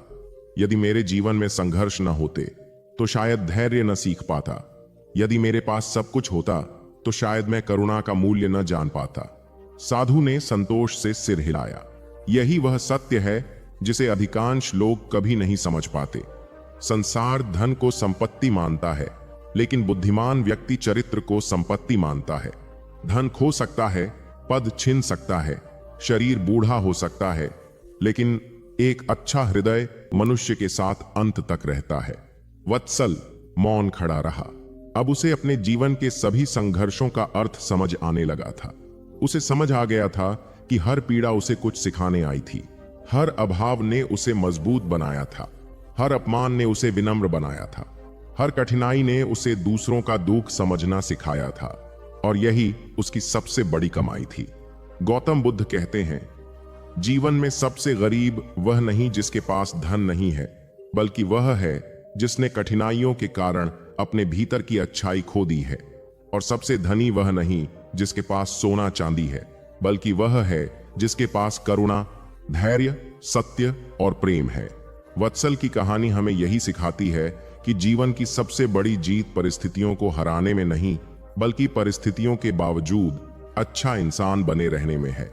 संसार आपको कई बार तोड़ेगा, कई बार परखेगा, कई बार आपसे वह सब छीन लेगा जिसे आप अपना सहारा मानते हैं। लेकिन यदि आप अपने भीतर की रोशनी को बुझने नहीं देंगे तो एक दिन वही रोशनी दूसरों का मार्ग भी प्रकाशित करेगी। आपको यह कहानी कैसी लगी हमें कमेंट करके जरूर बताइए। यदि इस कहानी ने आपके हृदय को छुआ हो तो वीडियो को लाइक करें और चैनल को सब्सक्राइब करना न भूलें। ऐसी ही प्रेरणादायक, भावनात्मक और जीवन बदल देने वाली कहानियां हम आपके लिए लेकर आते रहेंगे। मगध की सीमा से अधिक दूर नहीं, पर्वतों की गोद और एक शांत बहती नदी के किनारे बसा हुआ एक अत्यंत समृद्ध नगर था जिसका नाम वैदिकपुर था। और उस नगर की पहचान केवल उसके विशाल भवनों, चहल पहल भरे बाजारों अथवा दूर दूर तक फैले उपजाऊ खेतों से नहीं होती थी, बल्कि उसकी सबसे बड़ी पहचान था एक ऐसा ब्राह्मण जिसका नाम सुनकर राजा सम्मान से अपना सिर झुका देते थे। विद्वान उसके चरण स्पर्श करने में गौरव अनुभव करते थे और सामान्य लोग उसे ज्ञान का साक्षात सूर्य मानते थे। उस ब्राह्मण का नाम था आचार्य सोमदत्त, जिसने अपने जीवन के 50 वर्ष वेदों, उपनिषदों, शास्त्रों और यज्ञों की साधना में व्यतीत किए थे, जिसके मुख से निकला प्रत्येक शब्द लोगों को मंत्र के समान प्रतीत होता था और जिसकी सभा में बैठना ही लोगों के लिए सौभाग्य माना जाता था। सोमदत्त का विशाल आश्रम नगर के मध्य स्थित था, जहां प्रतिदिन सैकड़ों शिष्य अध्ययन करने आते थे, जहां सुबह सूर्य की पहली किरण के साथ वैदिक मंत्रों का उच्चारण आरंभ होता था और जहां रात्रि के अंतिम प्रहर तक ज्ञान की चर्चाएं चलती रहती थीं। वहां आने वाला प्रत्येक व्यक्ति यही मानता था कि यदि संसार में कहीं सच्चा ज्ञान है तो वह यही है। और यही विश्वास धीरे धीरे स्वयं सोमदत्त के मन में भी इतना गहरा बैठ गया कि अब वह अपने ज्ञान को केवल एक उपलब्धि नहीं बल्कि अपनी श्रेष्ठता का प्रमाण मानने लगा था। बाहरी दृष्टि से देखने पर वह अत्यंत विनम्र दिखाई देता था, क्योंकि उसके शब्द मधुर थे, उसका आचरण संयमित था और उसका जीवन अनुशासित था। किंतु मनुष्य का सबसे बड़ा रहस्य उसके भीतर छिपा होता है और सोमदत्त के भीतर भी एक ऐसा बीज धीरे धीरे अंकुरित हो चुका था जो दिखाई नहीं देता था, लेकिन जो उसके समस्त ज्ञान की जड़ों को भीतर ही भीतर खोखला कर रहा था। वह बीज था अहंकार का, वह सूक्ष्म अहंकार जो मनुष्य को यह विश्वास दिला देता है कि अब उसे सीखने के लिए कुछ शेष नहीं बचा है। एक दिन प्रातःकाल जब वह अपने शिष्यों के बीच बैठा हुआ वेदांत की व्याख्या कर रहा था, तभी एक वृद्ध यात्री आश्रम में आया और उसने विनम्रता पूर्वक प्रणाम करते हुए कहा कि कुछ दिनों पूर्व उसने एक ऐसे भिक्षु को देखा है जिसकी उपस्थिति मात्र से लोगों के मन का दुख कम हो जाता है, जो न तो बड़े बड़े प्रवचन देता है और न ही किसी चमत्कार का प्रदर्शन करता है, फिर भी उसके आसपास बैठने वाले लोगों के चेहरे पर एक अद्भुत शांति उतर आती है। उस वृद्ध की बातें सुनकर अधिकांश शिष्य उत्सुक हो उठे, किंतु सोमदत्त के चेहरे पर हल्की कठोरता आ गई, क्योंकि उसे यह बात स्वीकार नहीं थी कि कोई साधारण भिक्षु लोगों के मन में इतनी श्रद्धा उत्पन्न कर सके। उसने शांत स्वर में पूछा, उस भिक्षु का नाम क्या है? वृद्ध ने उत्तर दिया, लोग उन्हें आनंदक कहते हैं, वे तथागत गौतम बुद्ध के शिष्य हैं। यह सुनते ही सभा में फुसफुसाहट होने लगी, क्योंकि उन दिनों गौतम बुद्ध की शिक्षाएं अनेक राज्यों में फैल रही थीं और बहुत से लोग कर्मकांडों से अधिक आत्मचिंतन तथा करुणा के मार्ग की ओर आकर्षित हो रहे थे। किंतु सोमदत्त के लिए यह सब केवल एक नई विचारधारा थी जिसे वह अपने ज्ञान की तुलना में बहुत साधारण समझता था। उस दिन के बाद कई दिनों तक उसने उस घटना को भुलाने का प्रयास किया, किंतु कुछ ही समय में उसे यह समाचार मिलने लगा कि नगर के लोग उस भिक्षु आनंदक से मिलने जा रहे हैं, व्यापारी उनसे सलाह लेने लगे हैं, किसान उनकी बातें सुनने लगे हैं और यहाँ तक कि उसके कुछ शिष्य भी अवसर मिलने पर उनके पास जाने लगे हैं। यह सब देखकर उसके भीतर एक ऐसी बेचैनी जन्म लेने लगी जिसका कारण वह स्वयं भी ठीक से नहीं समझ पा रहा था। एक संध्या वह अपने आश्रम की ऊंची छत पर खड़ा सूर्यास्त देख रहा था। तभी उसने नीचे मार्ग पर लोगों का एक समूह देखा जो नगर के बाहर स्थित एक पुराने वटवृक्ष की ओर जा रहा था, जहां भिक्षु आनंदक ठहरे हुए थे। उन लोगों के चेहरों पर उत्साह था, उनके कदमों में श्रद्धा थी और उनकी आंखों में आशा दिखाई दे रही थी। और यह दृश्य देखकर पहली बार सोमदत्त के मन में एक प्रश्न उठा, ऐसा क्या है उस भिक्षु के पास जो मेरे पास नहीं है? किंतु अहंकार कभी भी मनुष्य को सच्चा उत्तर नहीं खोजने देता, वह तुरंत एक झूठा उत्तर दे देता है। और उसी क्षण उसके भीतर की आवाज ने कहा, लोग अज्ञानी हैं, वे बाहरी आकर्षण में फंस जाते हैं, वास्तविक ज्ञान केवल तुम्हारे पास है। यही सोचकर उसने स्वयं को संतुष्ट करने का प्रयास किया, किंतु रात को जब वह अपने कक्ष में अकेला बैठा था और चारों ओर गहरा सन्नाटा फैला हुआ था, तब उसके भीतर कहीं एक सूक्ष्म बेचैनी फिर जाग उठी, क्योंकि सत्य चाहे जितना छोटा क्यों ना हो, वह मनुष्य के भीतर प्रवेश कर जाए तो उसे चैन से बैठने नहीं देता। उधर नगर के बाहर वटवृक्ष के नीचे बैठे भिक्षु आनंदक का जीवन बिल्कुल भिन्न था। उनके पास न कोई विशाल आश्रम था, न धन था, न सेवक थे और न ही प्रतिष्ठा का कोई प्रदर्शन। फिर भी उनके चेहरे पर ऐसी शांति थी जो वर्षों की साधना के बाद प्राप्त होती है। वे लोगों को कठिन शब्दों में उपदेश नहीं देते थे, बल्कि जीवन की छोटी छोटी घटनाओं के माध्यम से उन्हें स्वयं को समझने की प्रेरणा देते थे। जब कोई दुखी व्यक्ति उनके पास आता तो वे उसे तुरंत समाधान नहीं बताते, बल्कि ऐसे प्रश्न पूछते कि वह स्वयं अपने भीतर झांकने लगे। धीरे धीरे नगर के लोगों में चर्चा होने लगी कि भिक्षु आनंदक के पास बैठकर मन हल्का हो जाता है, और यह बात जितनी अधिक फैलती गई उतनी ही अधिक सोमदत्त की बेचैनी बढ़ती गई। वह स्वीकार नहीं करना चाहता था कि उसके भीतर ईर्ष्या जन्म ले रही है, क्योंकि वह स्वयं को एक महान विद्वान मानता था। किंतु सत्य यही था कि उसे यह सहन नहीं हो रहा था कि लोग किसी अन्य व्यक्ति की प्रशंसा करें, और यही वह क्षण था जहां उसकी वास्तविक परीक्षा आरंभ हुई। क्योंकि जीवन में सबसे खतरनाक शत्रु वह नहीं होता जो बाहर खड़ा हो, बल्कि वह होता है जो हमारे भीतर जन्म ले चुका हो और जिसे हम पहचानने से इनकार कर रहे हों। उस रात जब संपूर्ण नगर निद्रा में डूबा हुआ था, आकाश में पूर्णिमा का चंद्रमा चमक रहा था और दूर नदी का जल चांदी की तरह झिलमिला रहा था, तब आचार्य सोमदत्त अपने कक्ष में अकेला बैठा था। उसके सामने वेदों के ग्रंथ खुले हुए थे, लेकिन उसका मन शब्दों में नहीं लग रहा था। उसके भीतर एक अनजाना संघर्ष चल रहा था। पहली बार उसे महसूस हो रहा था कि शायद ज्ञान के शिखर पर पहुंचने का उसका दावा उतना सच्चा नहीं है जितना वह समझता आया था। उसे नहीं पता था कि यह केवल शुरुआत है। उसे नहीं पता था कि शीघ्र ही उसका सामना ऐसे व्यक्ति से होने वाला है जो उसकी सारी मान्यताओं को हिला देगा। उसे नहीं पता था कि उसका सबसे बड़ा युद्ध किसी दूसरे मनुष्य से नहीं, बल्कि स्वयं अपने अहंकार से होने वाला है। और उसे यह भी नहीं पता था कि यह युद्ध ही उसे उस सत्य तक ले जाएगा जिसकी खोज में उसने पूरा जीवन। अगली सुबह वैदिकपुर नगर का वातावरण सामान्य दिनों जैसा नहीं था, क्योंकि नगर की गलियों, बाजारों, सरायों और चौपालों में एक ही चर्चा चल रही थी कि आचार्य सोमदत्त स्वयं उस भिक्षु आनंदक से मिलने वाले हैं, जिसकी शांत वाणी और सरल जीवन ने पिछले कुछ महीनों में अनेक लोगों के मन को प्रभावित कर दिया था। लोग अनुमान लगा रहे थे कि यह केवल एक सामान्य भेंट नहीं होगी, क्योंकि एक ओर वह ब्राह्मण था जिसे अपने युग का महानतम विद्वान कहा जाता था, और दूसरी ओर वह भिक्षु था जिसके पास न कोई ग्रंथ था, न कोई पद था और न ही कोई बाहरी शक्ति। फिर भी उसके भीतर ऐसी स्थिरता थी जिसे देखकर लोग स्वयं को उसके निकट खिंचा हुआ अनुभव करते थे। जब सूर्य धीरे धीरे आकाश में ऊपर चढ़ने लगा और नगर की सड़कों पर लोगों की भीड़ बढ़ने लगी, तब आचार्य सोमदत्त अपने अनेक शिष्यों के साथ नगर के बाहर उस विशाल वटवृक्ष की ओर बढ़ा जिसके नीचे भिक्षु आनंदक निवास कर रहे थे। उसके साथ चल रहे शिष्य उत्साहित थे, क्योंकि उन्हें विश्वास था कि आज उनका गुरु अपने ज्ञान के बल पर उस भिक्षु को पराजित कर देगा और एक बार फिर सिद्ध कर देगा कि वेदों तथा शास्त्रों से बढ़कर कोई ज्ञान नहीं होता। स्वयं सोमदत्त भी बाहरी रूप से अत्यंत शांत दिखाई दे रहा था, किंतु उसके भीतर एक विचित्र ज्वाला जल रही थी। यह ज्वाला केवल तर्क की नहीं थी, यह उस सम्मान को बचाने की ज्वाला थी जिसे उसने वर्षों की साधना और प्रतिष्ठा से अर्जित किया था। वटवृक्ष के नीचे पहुंचकर उसने देखा कि भिक्षु आनंदक साधारण वस्त्रों में भूमि पर बैठे हुए हैं और उनके चारों ओर कुछ किसान, कुछ व्यापारी, कुछ वृद्ध स्त्रियां और कुछ बालक बैठे हुए हैं। वहां न कोई मंच था, न कोई विशेष व्यवस्था, न कोई वैभव।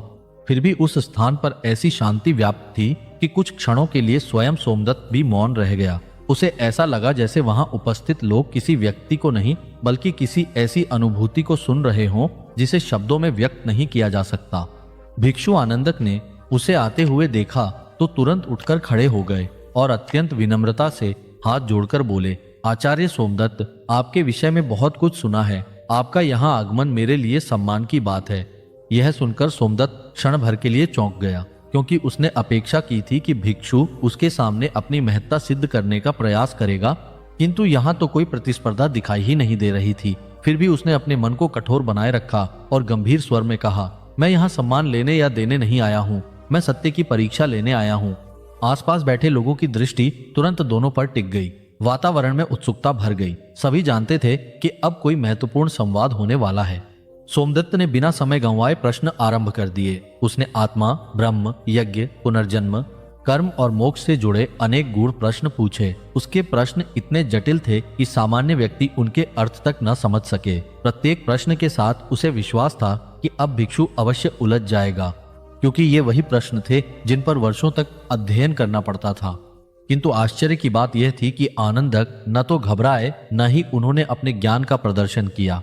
वे प्रत्येक प्रश्न को ध्यान से सुनते और फिर अत्यंत सरल शब्दों में उत्तर देते। उनके उत्तर लंबे नहीं होते थे, लेकिन उनमें ऐसी स्पष्टता होती थी कि सुनने वाले लोगों के चेहरे पर समझ की चमक दिखाई देने लगती थी। वे शास्त्रों के उद्धरण कम देते थे, जीवन के उदाहरण अधिक देते थे। यह बात सोमदत्त को और अधिक विचलित करने लगी। उसे ऐसा लगने लगा जैसे वह एक ऐसे व्यक्ति से संवाद कर रहा है जिसे तर्क में हराना कठिन नहीं बल्कि असंभव है, क्योंकि वह तर्क को युद्ध की तरह देख ही नहीं रहा था। काफी देर तक प्रश्नोत्तर चलता रहा। अंततः जब सोमदत्त को लगा कि वह अपनी विद्वता का पर्याप्त प्रदर्शन कर चुका है, तब उसने गर्व मिश्रित स्वर में कहा, भिक्षु, तुमने मेरे प्रश्नों के उत्तर दिए हैं। अब मैं जानना चाहता हूँ कि तुम्हारे पास ऐसा कौन सा ज्ञान है जो मेरे पास नहीं है। यह सुनकर वहां गहरा मौन छा गया। सभी लोगों की दृष्टि आनंदक पर टिक गई, किंतु भिक्षु ने तुरंत उत्तर नहीं दिया। उन्होंने कुछ क्षण तक भूमि की ओर देखा, जैसे भीतर से कोई शब्द खोज रहे हों, और फिर अत्यंत शांत स्वर में बोले, आचार्य, मैं आपके प्रश्नों का उत्तर देने का साहस नहीं करूंगा, क्योंकि मैं स्वयं को आपसे अधिक ज्ञानी नहीं मानता, लेकिन यदि अनुमति हो तो मैं आपसे केवल एक प्रश्न पूछना चाहता हूँ। सोमदत्त के चेहरे पर हल्की मुस्कान आई। उसे लगा कि अब भिक्षु कोई साधारण प्रश्न पूछेगा जिसका उत्तर वह तुरंत दे देगा। उसने कहा, पूछो। आनंदक ने सामने बहती नदी की ओर संकेत करते हुए कहा, मान लीजिए एक व्यक्ति ने जीवन भर नदियों का अध्ययन किया है। उसे प्रत्येक नदी का नाम पता है, उसकी गहराई, उसकी दिशा, उसका इतिहास और उसके किनारों का पूरा ज्ञान है। लेकिन यदि उसे प्यास लगे और वह केवल नदी का ज्ञान दोहराता रहे, जल न पिए, तो क्या उसकी प्यास बुझ जाएगी? सोमदत्त ने उत्तर दिया, नहीं।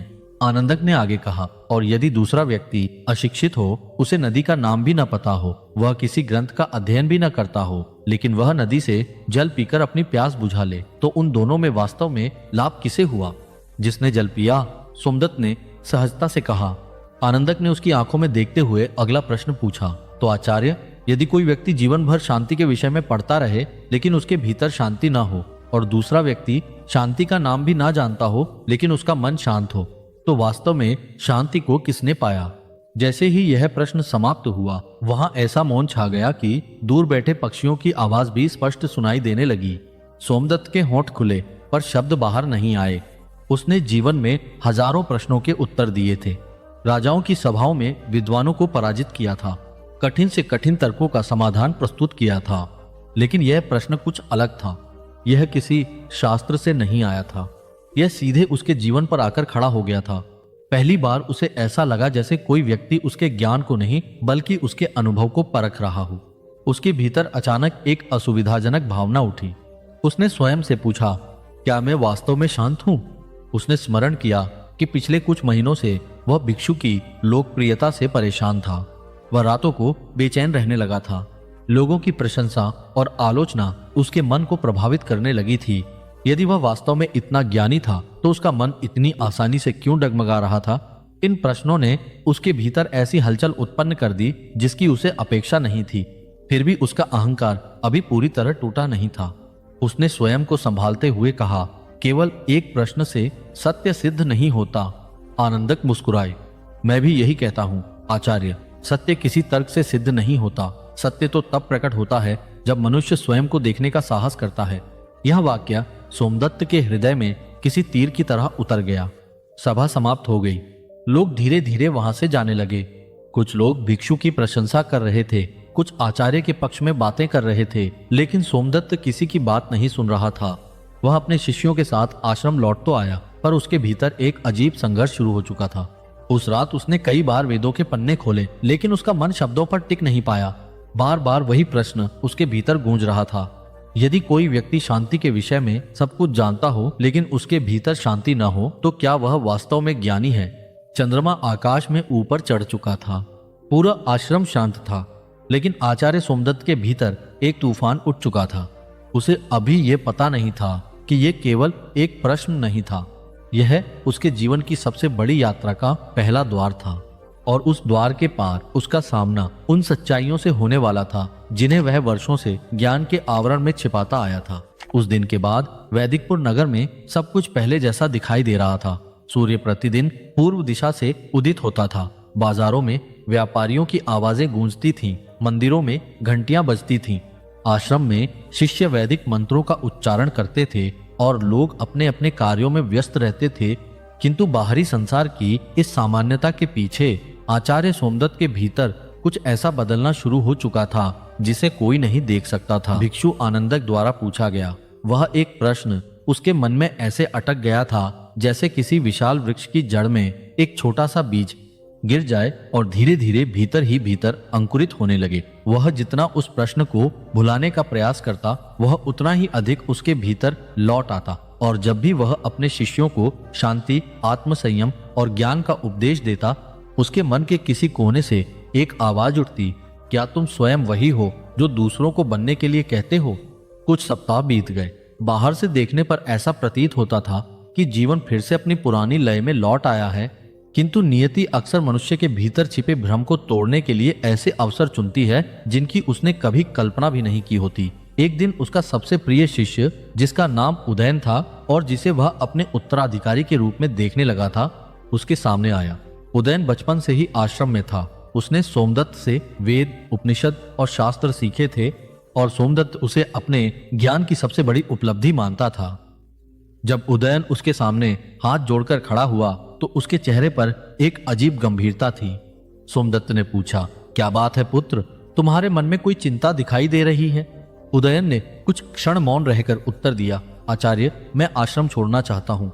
यह सुनते ही सोमदत्त को ऐसा लगा जैसे किसी ने उसके हृदय पर अचानक प्रहार कर दिया हो। उसने सोचा शायद वह किसी तीर्थ यात्रा पर जाना चाहता है या कुछ समय के लिए एकांत में रहना चाहता है। किंतु जब उसने कारण पूछा तो उदयन ने जो उत्तर दिया, उसने उसके भीतर के अहंकार को पहली बार गहराई से चोट पहुंचाई।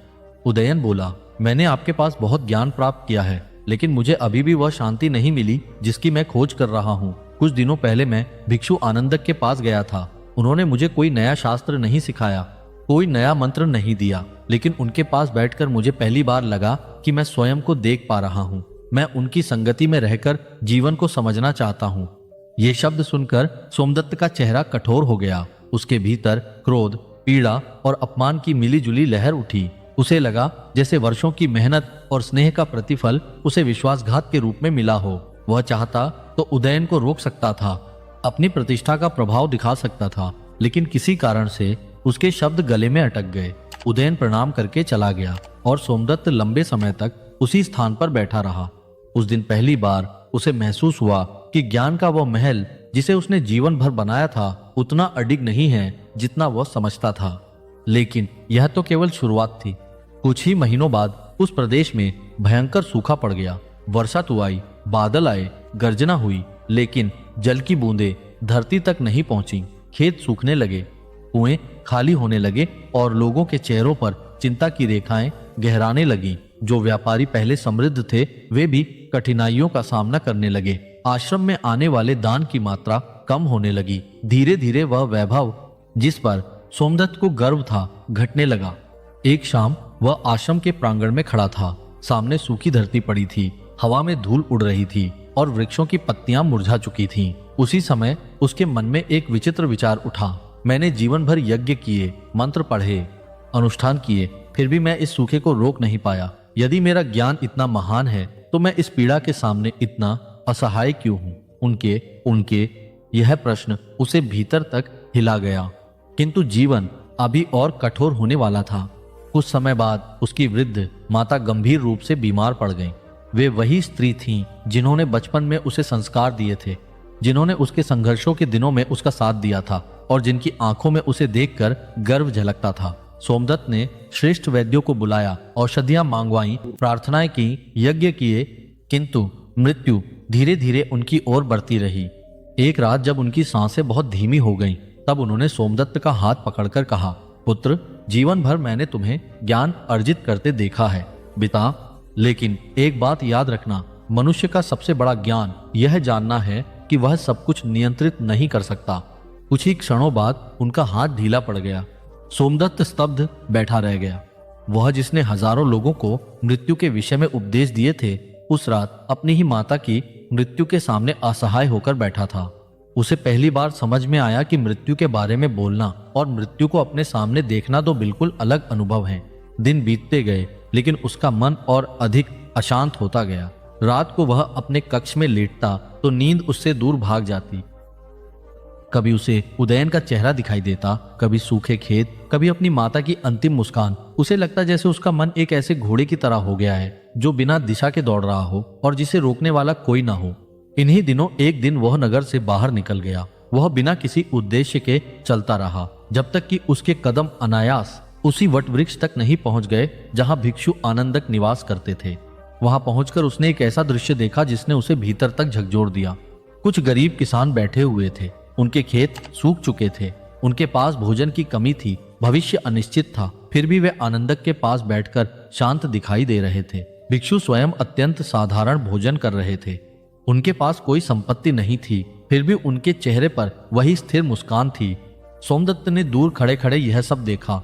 उसके मन में प्रश्न उठा, इन लोगों के पास मुझसे कम है, फिर भी ये मुझसे अधिक शांत कैसे हैं? और इस भिक्षु के पास तो कुछ भी नहीं, फिर भी ये भीतर से इतना स्थिर कैसे है? उस रात वह आश्रम लौटा, लेकिन पहली बार उसने अपने ग्रंथ नहीं खोले। वह देर तक अकेला बैठा रहा। चंद्रमा की फीकी रोशनी खिड़की से भीतर आ रही थी।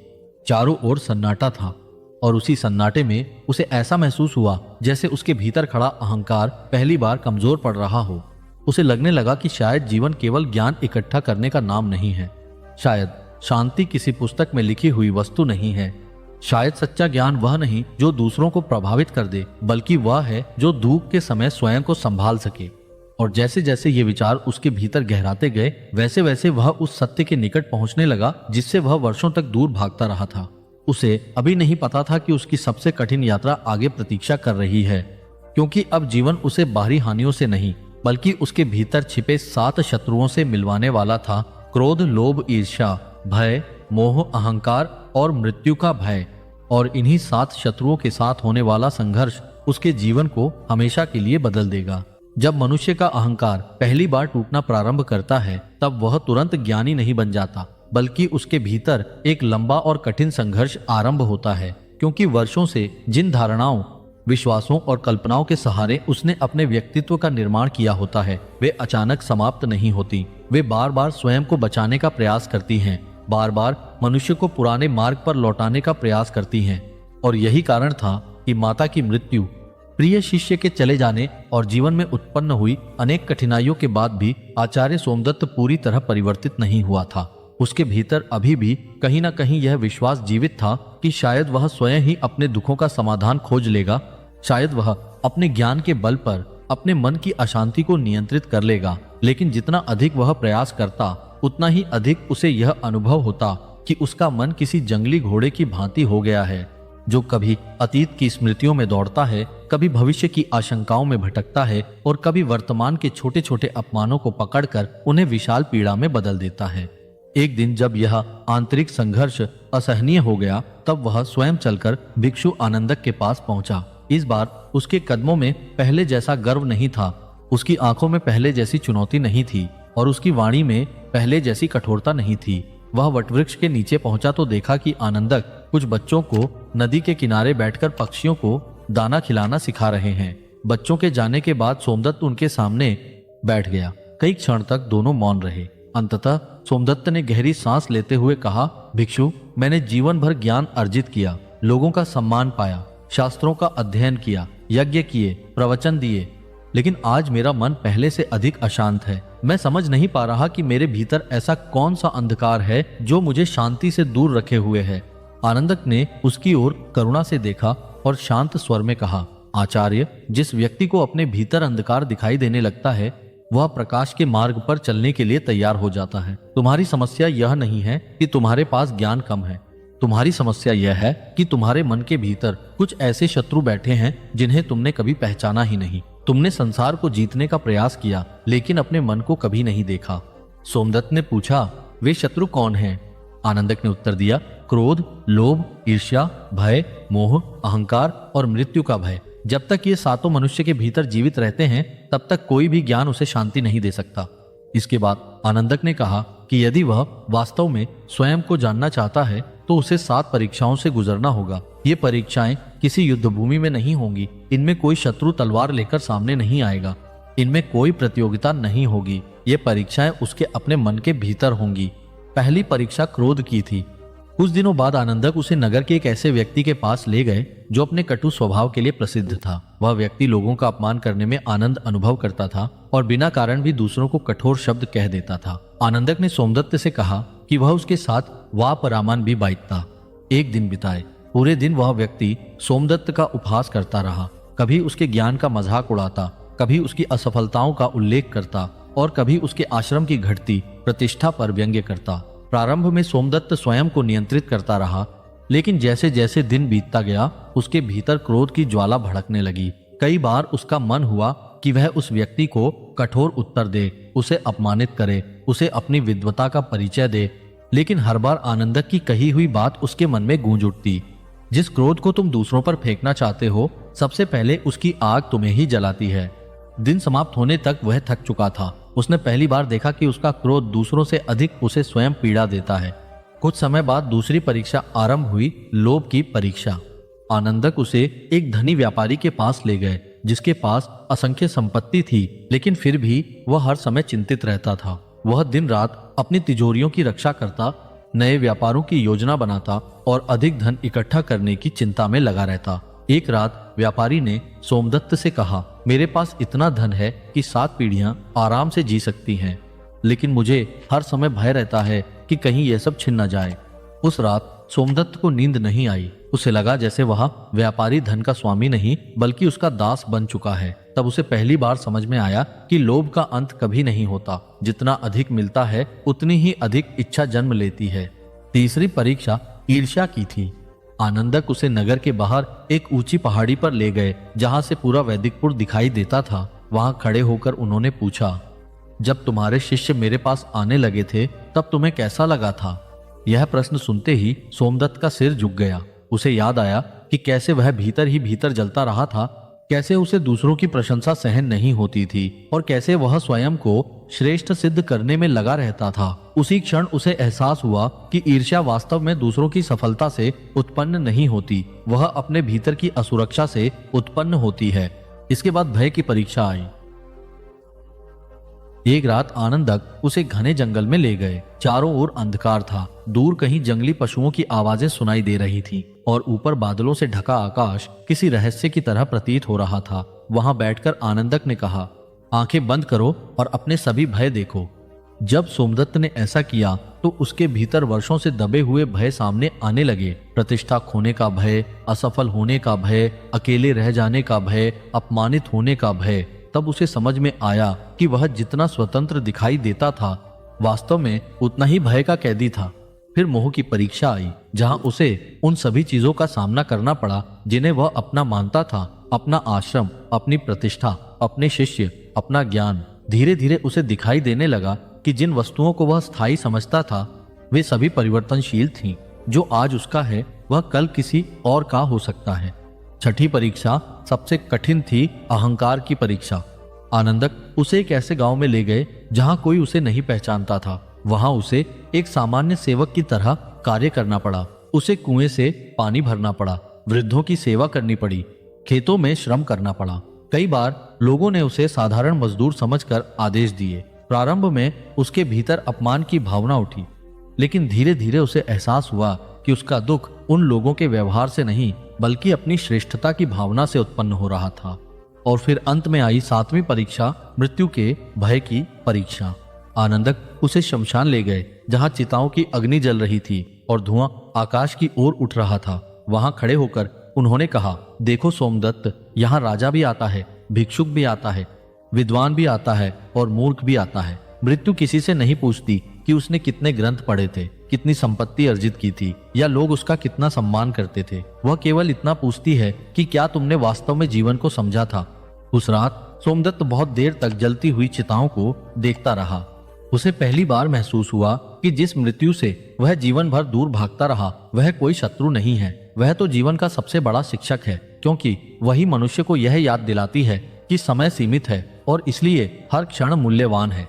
जब ये सातों परीक्षाएं समाप्त हुईं, तब वह वही व्यक्ति नहीं रहा जो कभी वैदिकपुर का गर्वित ब्राह्मण था। उसके भीतर कुछ टूट चुका था, लेकिन उसी टूटन से एक नया प्रकाश जन्म ले रहा था। वह अभी पूरी तरह मुक्त नहीं हुआ था, लेकिन अब उसके भीतर सत्य को स्वीकार करने का साहस आ चुका था।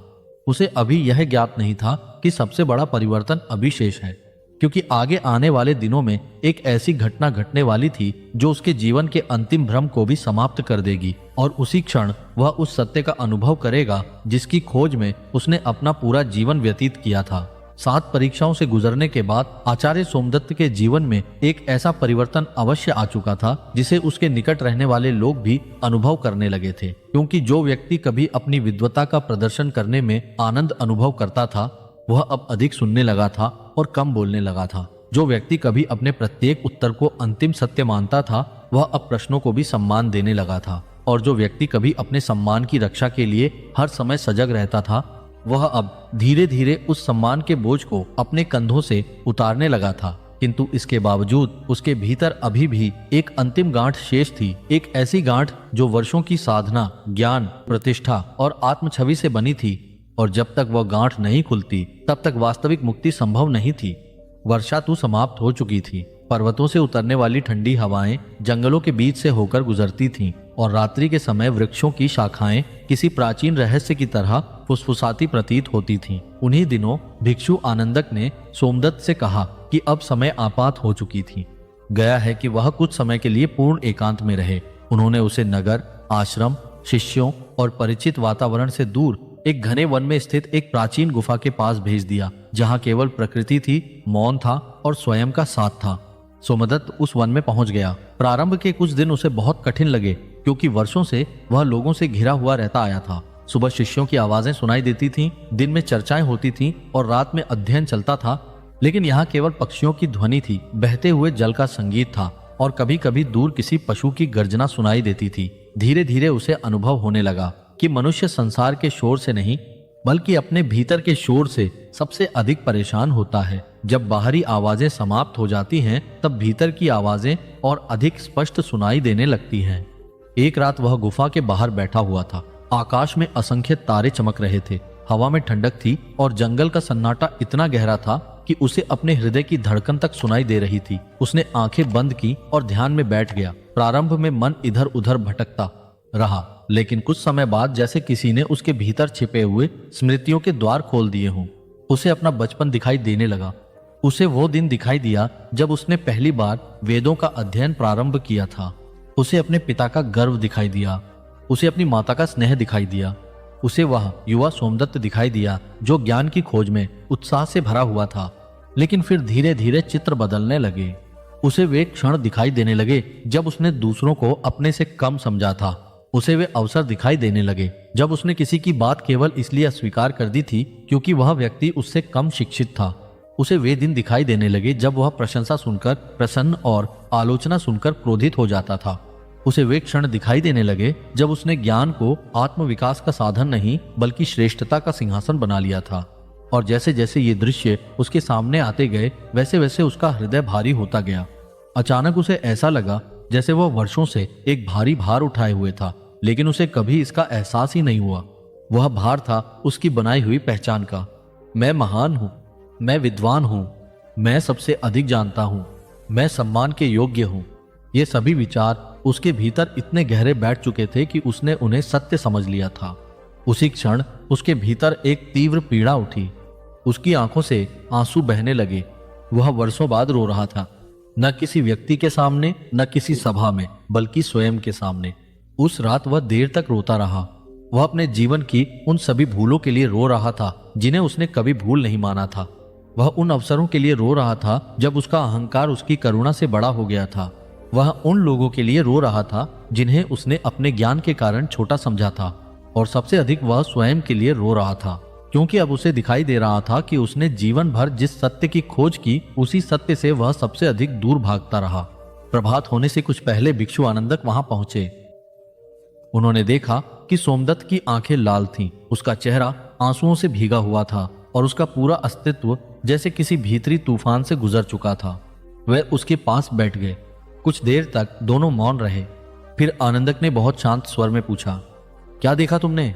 सोमदत्त ने कांपती हुई आवाज में उत्तर दिया, मैंने स्वयं को देखा। उसके बाद फिर मौन छा गया। कुछ देर बाद आनंदक ने पास रखे हुए मिट्टी के एक पात्र को उठाया और उसमें जल भरने का प्रयास किया, लेकिन पात्र पहले से ही पानी से भरा हुआ था। जल बाहर गिरने लगा। आनंदक मुस्कुराए और बोले, यदि पात्र पहले से भरा हो तो उसमें नया जल कैसे डाला जा सकता है? सोमदत्त उनकी ओर देखने लगा। आनंदक आगे बोले, आचार्य, तुम्हारा मन भी इसी पात्र की तरह था। वह ज्ञान से नहीं बल्कि ज्ञान के अहंकार से भरा हुआ था। तुम सत्य को पाना चाहते थे, लेकिन तुम्हारे भीतर सत्य के लिए स्थान ही नहीं बचा था। जब तक पात्र खाली नहीं होता तब तक उसमें नया जल नहीं आ सकता। जब तक मन विनम्र नहीं होता तब तक उसमें प्रज्ञा का प्रकाश प्रवेश नहीं कर सकता। ये शब्द सुनते ही सोमदत्त के भीतर कुछ ऐसा हुआ जिसे वह शब्दों में व्यक्त नहीं कर सकता था। ऐसा लगा जैसे वर्षों से बंद कोई द्वार अचानक खुल गया हो। ऐसा लगा जैसे उसके भीतर जमा हुआ धुआं हट रहा हो और पहली बार सूर्य का प्रकाश भीतर प्रवेश कर रहा हो। ऐसा लगा जैसे वह जीवन भर किसी स्वप्न में जी रहा था और अब उसकी आंखें खुल रही थीं। उसने पहली बार अनुभव किया कि शांति कोई उपलब्धि नहीं है जिसे अर्जित किया जाए। शांति तो तब प्रकट होती है जब मनुष्य अपनी अनावश्यक लड़ाइयों को छोड़ देता है। उसने पहली बार अनुभव किया कि ज्ञान का उद्देश्य दूसरों से ऊपर उठना नहीं बल्कि स्वयं के भीतर उतरना है। उसने पहली बार अनुभव किया कि विनम्रता कमजोरी नहीं बल्कि सबसे बड़ी शक्ति है। उसने पहली बार अनुभव किया कि मनुष्य संसार को बदलने से पहले स्वयं को बदल सकता है। उस सुबह जब सूर्य की पहली किरणें पर्वतों के पीछे से निकलकर वन को प्रकाशित करने लगी, तब सोमदत्त उसी स्थान पर बैठा था, लेकिन वह अब पहले वाला सोमदत्त नहीं था। उसका चेहरा शांत था। उसकी आंखों में वर्षों से चली आ रही बेचैनी नहीं थी। उसकी दृष्टि में एक नई करुणा थी और उसके भीतर ऐसा मौन था जो शब्दों से नहीं अनुभव से जन्म लेता है। भिक्षु आनंदक ने उसकी ओर देखा और मुस्कुराकर कहा, अब तुम्हारी यात्रा वास्तव में शुरू हुई है। सोमदत्त ने आश्चर्य से पूछा, क्या अभी तक जो कुछ हुआ वह यात्रा नहीं थी? आनंदक बोले, वह तैयारी थी। अब तुम स्वयं को बदलने के संघर्ष से बाहर आ चुके हो। अब तुम्हें संसार में लौटकर उस प्रकाश को बांटना है जिसे तुमने अपने भीतर पाया है। वन की हवा धीरे धीरे बह रही थी। सूर्य ऊपर उठ रहा था और उसी क्षण एक नए जीवन का उदय हो रहा था।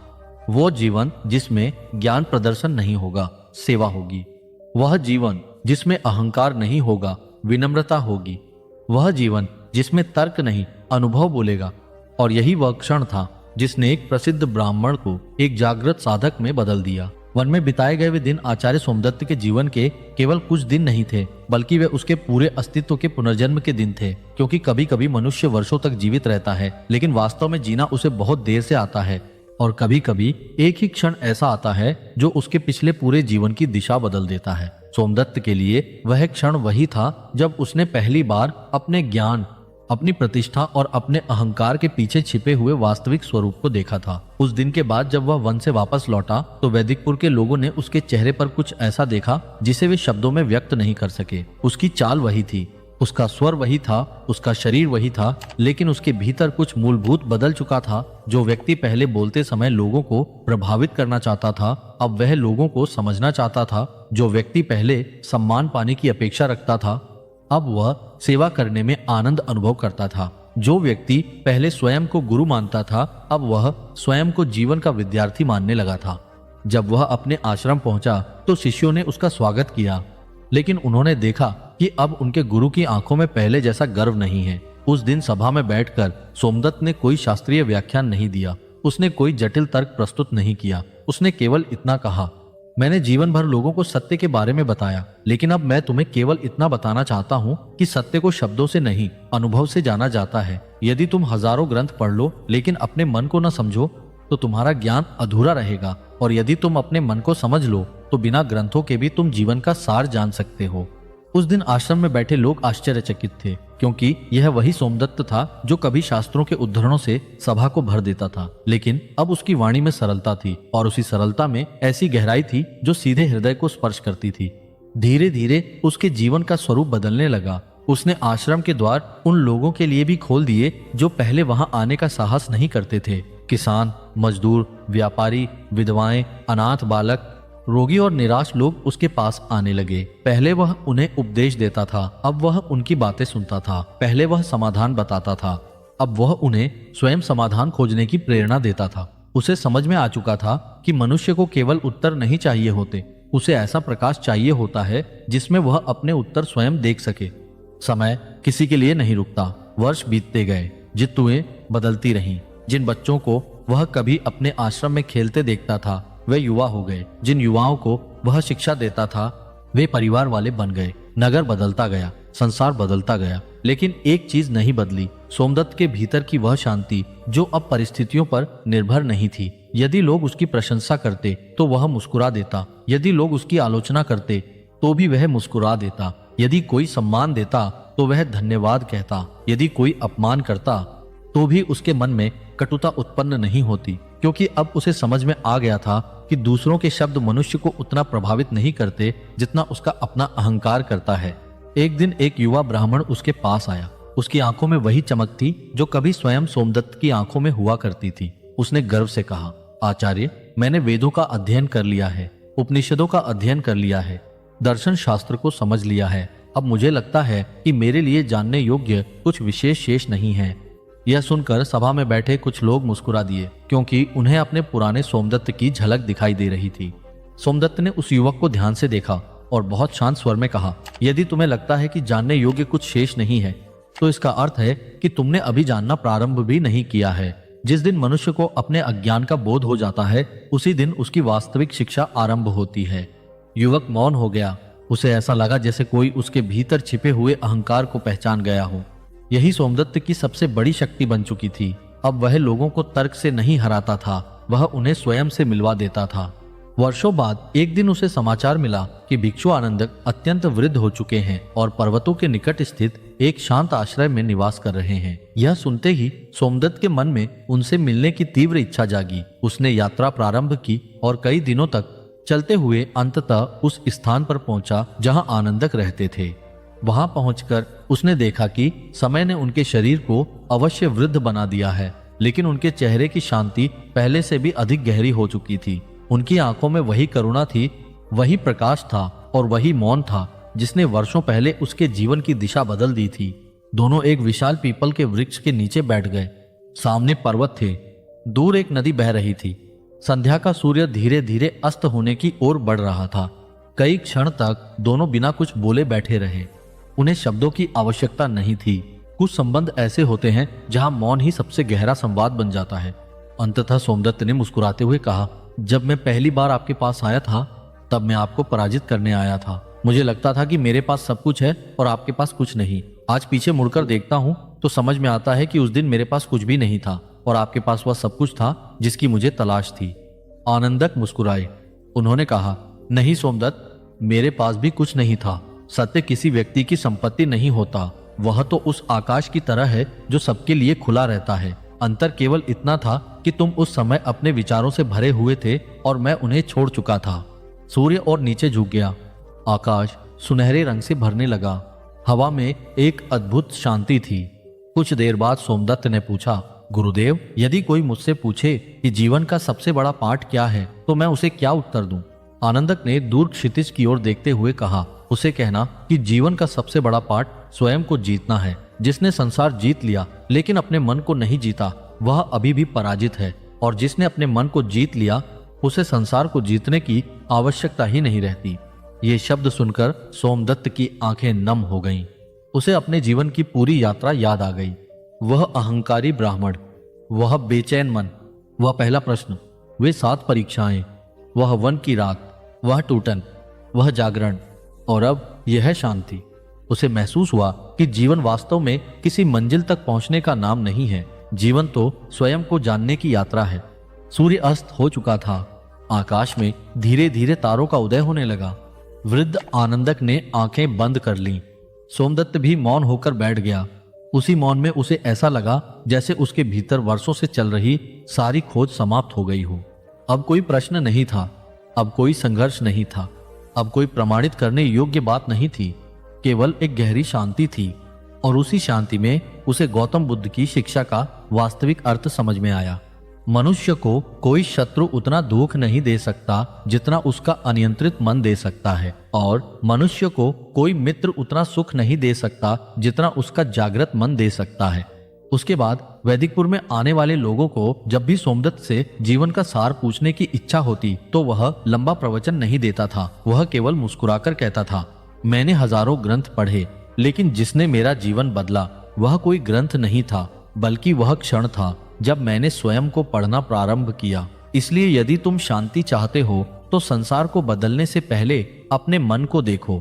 यदि तुम सुख चाहते हो तो दूसरों को जीतने से पहले अपने अहंकार को जीतो। और यदि तुम ज्ञान चाहते हो तो यह मत पूछो कि सत्य कहाँ है, बल्कि यह पूछो कि तुम्हारे भीतर कौन सी दीवार है जो तुम्हें सत्य देखने से रोक रही है। और यही उस ब्राह्मण और भिक्षु की कहानी का सार था कि सच्चा ज्ञान शब्दों में नहीं, परिवर्तन में दिखाई देता है। सच्ची पूजा मंदिरों में नहीं, मन की निर्मलता में होती है। और सच्ची विजय किसी दूसरे मनुष्य पर नहीं, स्वयं के अंधकार पर प्राप्त की जाती है। मनुष्य का सबसे बड़ा संघर्ष संसार के साथ नहीं होता, यद्यपि उसे ऐसा प्रतीत अवश्य होता है कि उसकी परेशानियों का कारण लोग हैं, परिस्थितियां हैं, समय है, भाग्य है, या वे घटनाएं हैं जो उसके नियंत्रण से बाहर घट रही हैं। लेकिन यदि वह अपने जीवन को थोड़ी गहराई से देखे तो उसे समझ में आने लगता है कि बाहर होने वाली घटनाएं केवल द्वार खटखटाती हैं, भीतर अशांति उत्पन्न करने का कार्य उसका अपना मन करता है। यही कारण है कि एक ही परिस्थिति में खड़े दो व्यक्तियों का अनुभव बिल्कुल भिन्न हो सकता है। एक व्यक्ति कठिनाई को अंत समझ लेता है और दूसरा उसी कठिनाई को एक नए आरंभ का अवसर बना लेता है। जीवन दोनों के सामने एक जैसा था, लेकिन देखने वाली दृष्टि अलग थी। बहुत से लोग अपने जीवन का सबसे मूल्यवान समय उन बातों पर दुखी होने में व्यतीत कर देते हैं जो कभी उनके अधिकार में थी ही नहीं। कोई बीते हुए वर्षों को लेकर पछताता रहता है, कोई उन शब्दों को याद करता रहता है जो किसी ने क्रोध में कह दिए थे, कोई उस अवसर को पकड़कर बैठा रहता है जो कभी उसके हाथ से निकल गया था, और धीरे धीरे वर्तमान का पूरा सौंदर्य उसकी आंखों के सामने होते हुए भी उससे दूर चला जाता है।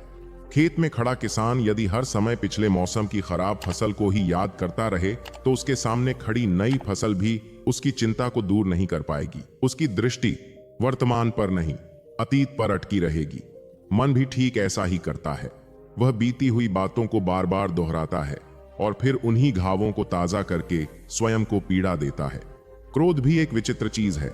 जब यह उत्पन्न होता है तब मनुष्य को लगता है कि वह किसी दूसरे व्यक्ति को दंड दे रहा है, लेकिन वास्तव में वह स्वयं को जलाना शुरू कर चुका होता है।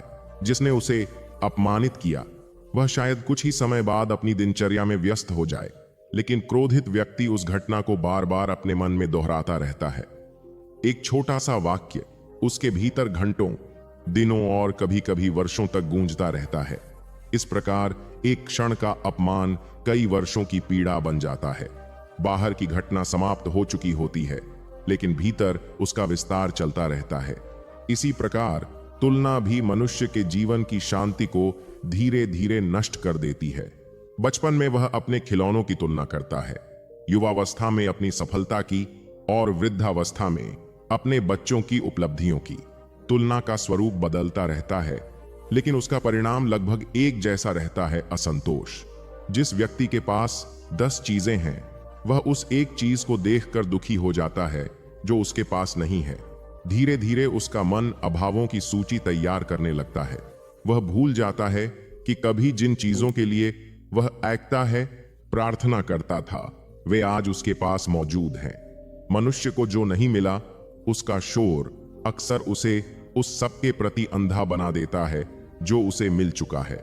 धन आवश्यक है, सुविधा आवश्यक है, सुरक्षित जीवन भी आवश्यक है, लेकिन जब मनुष्य इन्हें साधन के स्थान पर लक्ष्य बना लेता है तब भीतर एक ऐसी दौड़ शुरू हो जाती है जिसका कोई अंतिम पड़ाव नहीं होता।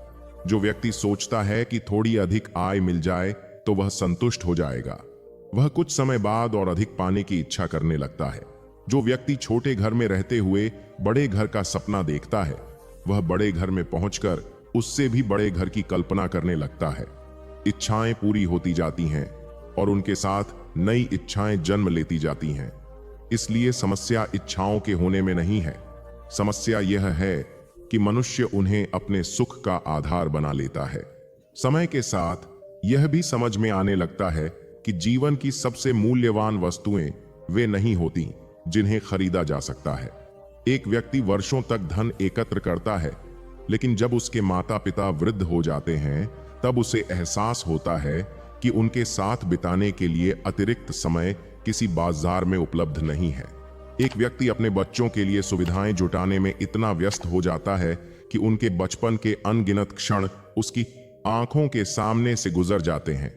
बाद में जब वह पीछे मुड़कर देखता है तो समझ में आता है कि जीवन केवल उपलब्धियों का नाम नहीं था, जीवन उन पलों का भी नाम था जो बिना शोर के उसके पास से गुजर गए।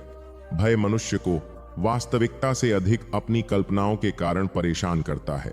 कई बार जिस घटना से वह डर रहा होता है वह कभी घटती ही नहीं, लेकिन उसका मन उस घटना को 100 बार जी लेता है। किसी को भविष्य की चिंता होती है, किसी को असफलता की, किसी को बीमारी की, किसी को अकेले रह जाने की। इन आशंकाओं का एक बड़ा भाग केवल विचारों के स्तर पर मौजूद होता है, फिर भी वे मनुष्य की ऊर्जा को वास्तविक घटनाओं जितना प्रभावित कर देते हैं। इस प्रकार वह उन समस्याओं से भी थक जाता है जो अभी तक आई ही नहीं है। मन की एक और आदत है, वह जो है उसे सामान्य मान लेता है और जो नहीं है उसे विशेष बना देता है। स्वस्थ व्यक्ति स्वास्थ्य का महत्व तब समझता है जब वह बीमार पड़ता है। परिवार का महत्व तब समझ में आता है जब दूरी आ जाती है। समय का मूल्य तब समझ में आता है जब समय निकल चुका होता है। इसीलिए संतोष कोई ऐसी वस्तु नहीं है जो भविष्य में कहीं रखी हुई हो, वह वर्तमान को देखने की एक कला है। जो व्यक्ति वर्तमान में उपलब्ध अच्छाइयों को देखना सीख लेता है उसके भीतर कृतज्ञता जन्म लेने लगती है, और कृतज्ञता से उत्पन्न होने वाली शांति किसी भी बाहरी उपलब्धि से अधिक स्थायी होती है। मनुष्य अपने जीवन में अनेक लोगों से मिलता है। कुछ लोग उसे सम्मान देते हैं, कुछ उसकी आलोचना करते हैं, कुछ उसका साथ निभाते हैं और कुछ कठिन समय में दूर चले जाते हैं। यदि वह हर व्यक्ति से अपनी अपेक्षाओं के अनुसार व्यवहार की आशा करेगा तो उसे बार बार निराश होना पड़ेगा। अपने अनुभवों और अपनी सीमाओं के अनुसार व्यवहार करते हैं। जब यह समझ विकसित होने लगती है तब शिकायतों का बोझ हल्का होने लगता है। तब व्यक्ति यह नहीं सोचता कि संसार उसके अनुसार क्यों नहीं चल रहा, वह यह समझने लगता है कि संसार जैसा है वैसा ही है, और उसके भीतर शांत रहने की क्षमता परिस्थितियों से अधिक महत्वपूर्ण है। जीवन में कई बार ऐसा भी होता है कि मनुष्य किसी घटना को उस समय दुर्भाग्य समझता है, लेकिन वर्षों बाद वही घटना उसके विकास का कारण सिद्ध होती है। नौकरी का छूट जाना, किसी संबंध का समाप्त हो जाना, किसी योजना का असफल हो जाना, ये सब उस क्षण पीड़ादायक लगते हैं, लेकिन समय बीतने के बाद कई लोग स्वीकार करते हैं कि यदि वह घटना न घटी होती तो वे आज जहां हैं वहां कभी नहीं पहुंच पाते। इसका अर्थ यह नहीं कि दुख सुख बन जाता है, बल्कि इसका अर्थ यह है कि हर अनुभव अपने भीतर कोई ना कोई शिक्षा छिपाकर रखता है। अहंकार की सबसे बड़ी विशेषता यह है कि वह स्वयं को पहचानने नहीं देता। जब मनुष्य सफल होता है तो उसे लगता है कि सब कुछ उसकी क्षमता का परिणाम है, लेकिन जब वह असफल होता है तो उसे परिस्थितियां दोषी दिखाई देती हैं। इस प्रकार वह स्वयं को देखने की क्षमता खो देता है। विनम्रता का अर्थ स्वयं को छोटा समझना नहीं है। विनम्रता का अर्थ है स्वयं को स्पष्ट रूप से देख पाना, न आवश्यकता से अधिक बड़ा, न आवश्यकता से अधिक छोटा। जो व्यक्ति स्वयं को सही रूप में देखने लगता है उसके भीतर सीखने की प्रक्रिया कभी समाप्त नहीं होती। धीरे धीरे यह समझ भी विकसित होती है कि जीवन किसी अंतिम मंजिल का नाम नहीं है। लोग सोचते हैं कि एक दिन ऐसा आएगा जब सब कुछ पूर्ण हो जाएगा, लेकिन जीवन पूर्णता नहीं, प्रवाह है। नदी समुद्र तक पहुंचने से पहले भी नदी होती है, और समुद्र में मिल जाने के बाद भी उसका अस्तित्व किसी न किसी रूप में बना रहता है। इसी प्रकार मनुष्य का जीवन भी निरंतर परिवर्तन की प्रक्रिया है। जो परिवर्तन का विरोध करता है वह संघर्ष में रहता है। जो परिवर्तन को स्वीकार करना सीख लेता है वह परिस्थितियों के बीच भी संतुलन बनाए रखता है, और अंततः मनुष्य को यही अनुभव होने लगता है कि शांति कहीं बाहर नहीं रखी हुई है, वह किसी विशेष स्थान, वस्तु, पद या व्यक्ति के पास सुरक्षित नहीं है। वह उसी क्षण जन्म लेना शुरू कर देती है जब मनुष्य अपने मन को समझने का प्रयास करता है, जब वह शिकायतों से अधिक जागरूकता को महत्व देता है, जब वह तुलना से अधिक विकास पर ध्यान देता है, जब वह अतीत की जंजीरों और भविष्य की आशंकाओं के बीच वर्तमान क्षण को पहचान लेता है, उसी क्षण जीवन बदलना शुरू होता है। और वही परिवर्तन धीरे धीरे भीतर एक ऐसे प्रकाश को जन्म देता है जिसे कोई मनुष्य बाहरी प्रायः परिस्थिति यह मानकर बुझा चलता नहीं है कि उसके जीवन की दिशा उन घटनाओं से तय होती है जो उसके साथ घटती हैं, जबकि वास्तविकता इससे कहीं अधिक सूक्ष्म होती है, क्योंकि जीवन को आकार देने वाली घटनाएं नहीं बल्कि उन घटनाओं के प्रति उसकी आंतरिक प्रतिक्रिया होती है। वर्षा सभी छतों पर समान रूप से गिरती है, लेकिन कहीं वही जल बगीचे को हरा भरा बना देता है और कहीं वही जल कीचड़ में बदल जाता है। अंतर आकाश से गिरने वाली बूंदों में नहीं होता, कहीं अंतर उस भूमि में होता है जो उन्हें ग्रहण करती है। मनुष्य का मन भी कुछ ऐसा ही है। परिस्थितियां बाहर से आती हैं, पर उनका प्रभाव भीतर की तैयारी के अनुसार बदलता रहता है। अधिकांश लोग अपनी थकान का कारण काम को समझते हैं, जबकि कई बार थकान काम से नहीं बल्कि निरंतर चलने वाले मानसिक संघर्ष से उत्पन्न होती है। कोई व्यक्ति दिन भर श्रम करता है, फिर भी रात को संतोष के साथ सो जाता है, जबकि दूसरा व्यक्ति अपेक्षाकृत कम कार्य करने के बाद भी बेचैन रहता है। इसका कारण यह है कि शरीर श्रम से थकता है, लेकिन मन असंतोष से थकता है। जब भीतर लगातार शिकायतें, अपेक्षाएं और अनगिनत अधूरे संवाद चलते रहते हैं, तब मनुष्य विश्राम के बीच भी विश्राम का अनुभव नहीं कर पाता। जीवन में मिलने वाली प्रशंसा भी उतनी सरल नहीं होती जितनी दिखाई देती है। आरंभ में सम्मान अच्छा लगता है, क्योंकि वह व्यक्ति को अपनी मेहनत का परिणाम प्रतीत होता है, लेकिन धीरे धीरे यदि मन उसी पर निर्भर होने लगे तो वही सम्मान एक अदृश्य बंधन बन जाता है। तब व्यक्ति सत्य के अनुसार नहीं, लोगों की पसंद के अनुसार जीने लगता है। वह हर निर्णय लेने से पहले यह सोचता है कि लोग क्या कहेंगे, कौन प्रभावित होगा, कौन नाराज होगा। इस प्रकार वह अपने ही जीवन का यात्री न रहकर दूसरों की राय का बंदी बन जाता है। इसी प्रकार आलोचना का भय भी मनुष्य को उसकी वास्तविक क्षमता से दूर कर देता है। कितने ही लोग ऐसे हैं जिनके भीतर अद्भुत प्रतिभा होती है, लेकिन वे केवल इसलिए आगे नहीं बढ़ते क्योंकि उन्हें असफल दिखाई देने का डर होता है। वे पहला कदम उठाने से पहले ही परिणाम की चिंता करने लगते हैं। बीज यदि यह सोचने लगे कि मिट्टी के भीतर अंधेरा है और बाहर निकलने पर उसे संघर्ष करना पड़ेगा, तो वह कभी वृक्ष नहीं बन पाएगा। विकास का प्रत्येक चरण थोड़ी असुविधा लेकर आता है, और जो व्यक्ति असुविधा से भागता है वह अपने विस्तार से भी दूर चला जाता है। मन का एक बड़ा भ्रम यह भी है कि वह स्थायी चीजों की खोज उन स्थानों पर करता है जहां सब कुछ बदलने वाला है। युवा अवस्था बदलती है, परिस्थितियां बदलती हैं, संबंधों का स्वरूप बदलता है, शरीर बदलता है, विचार बदलते हैं और समय के साथ प्राथमिकताएं भी बदल जाती हैं। फिर भी मनुष्य इन बदलती हुई चीजों को पकड़कर स्थिरता खोजने का प्रयास करता है।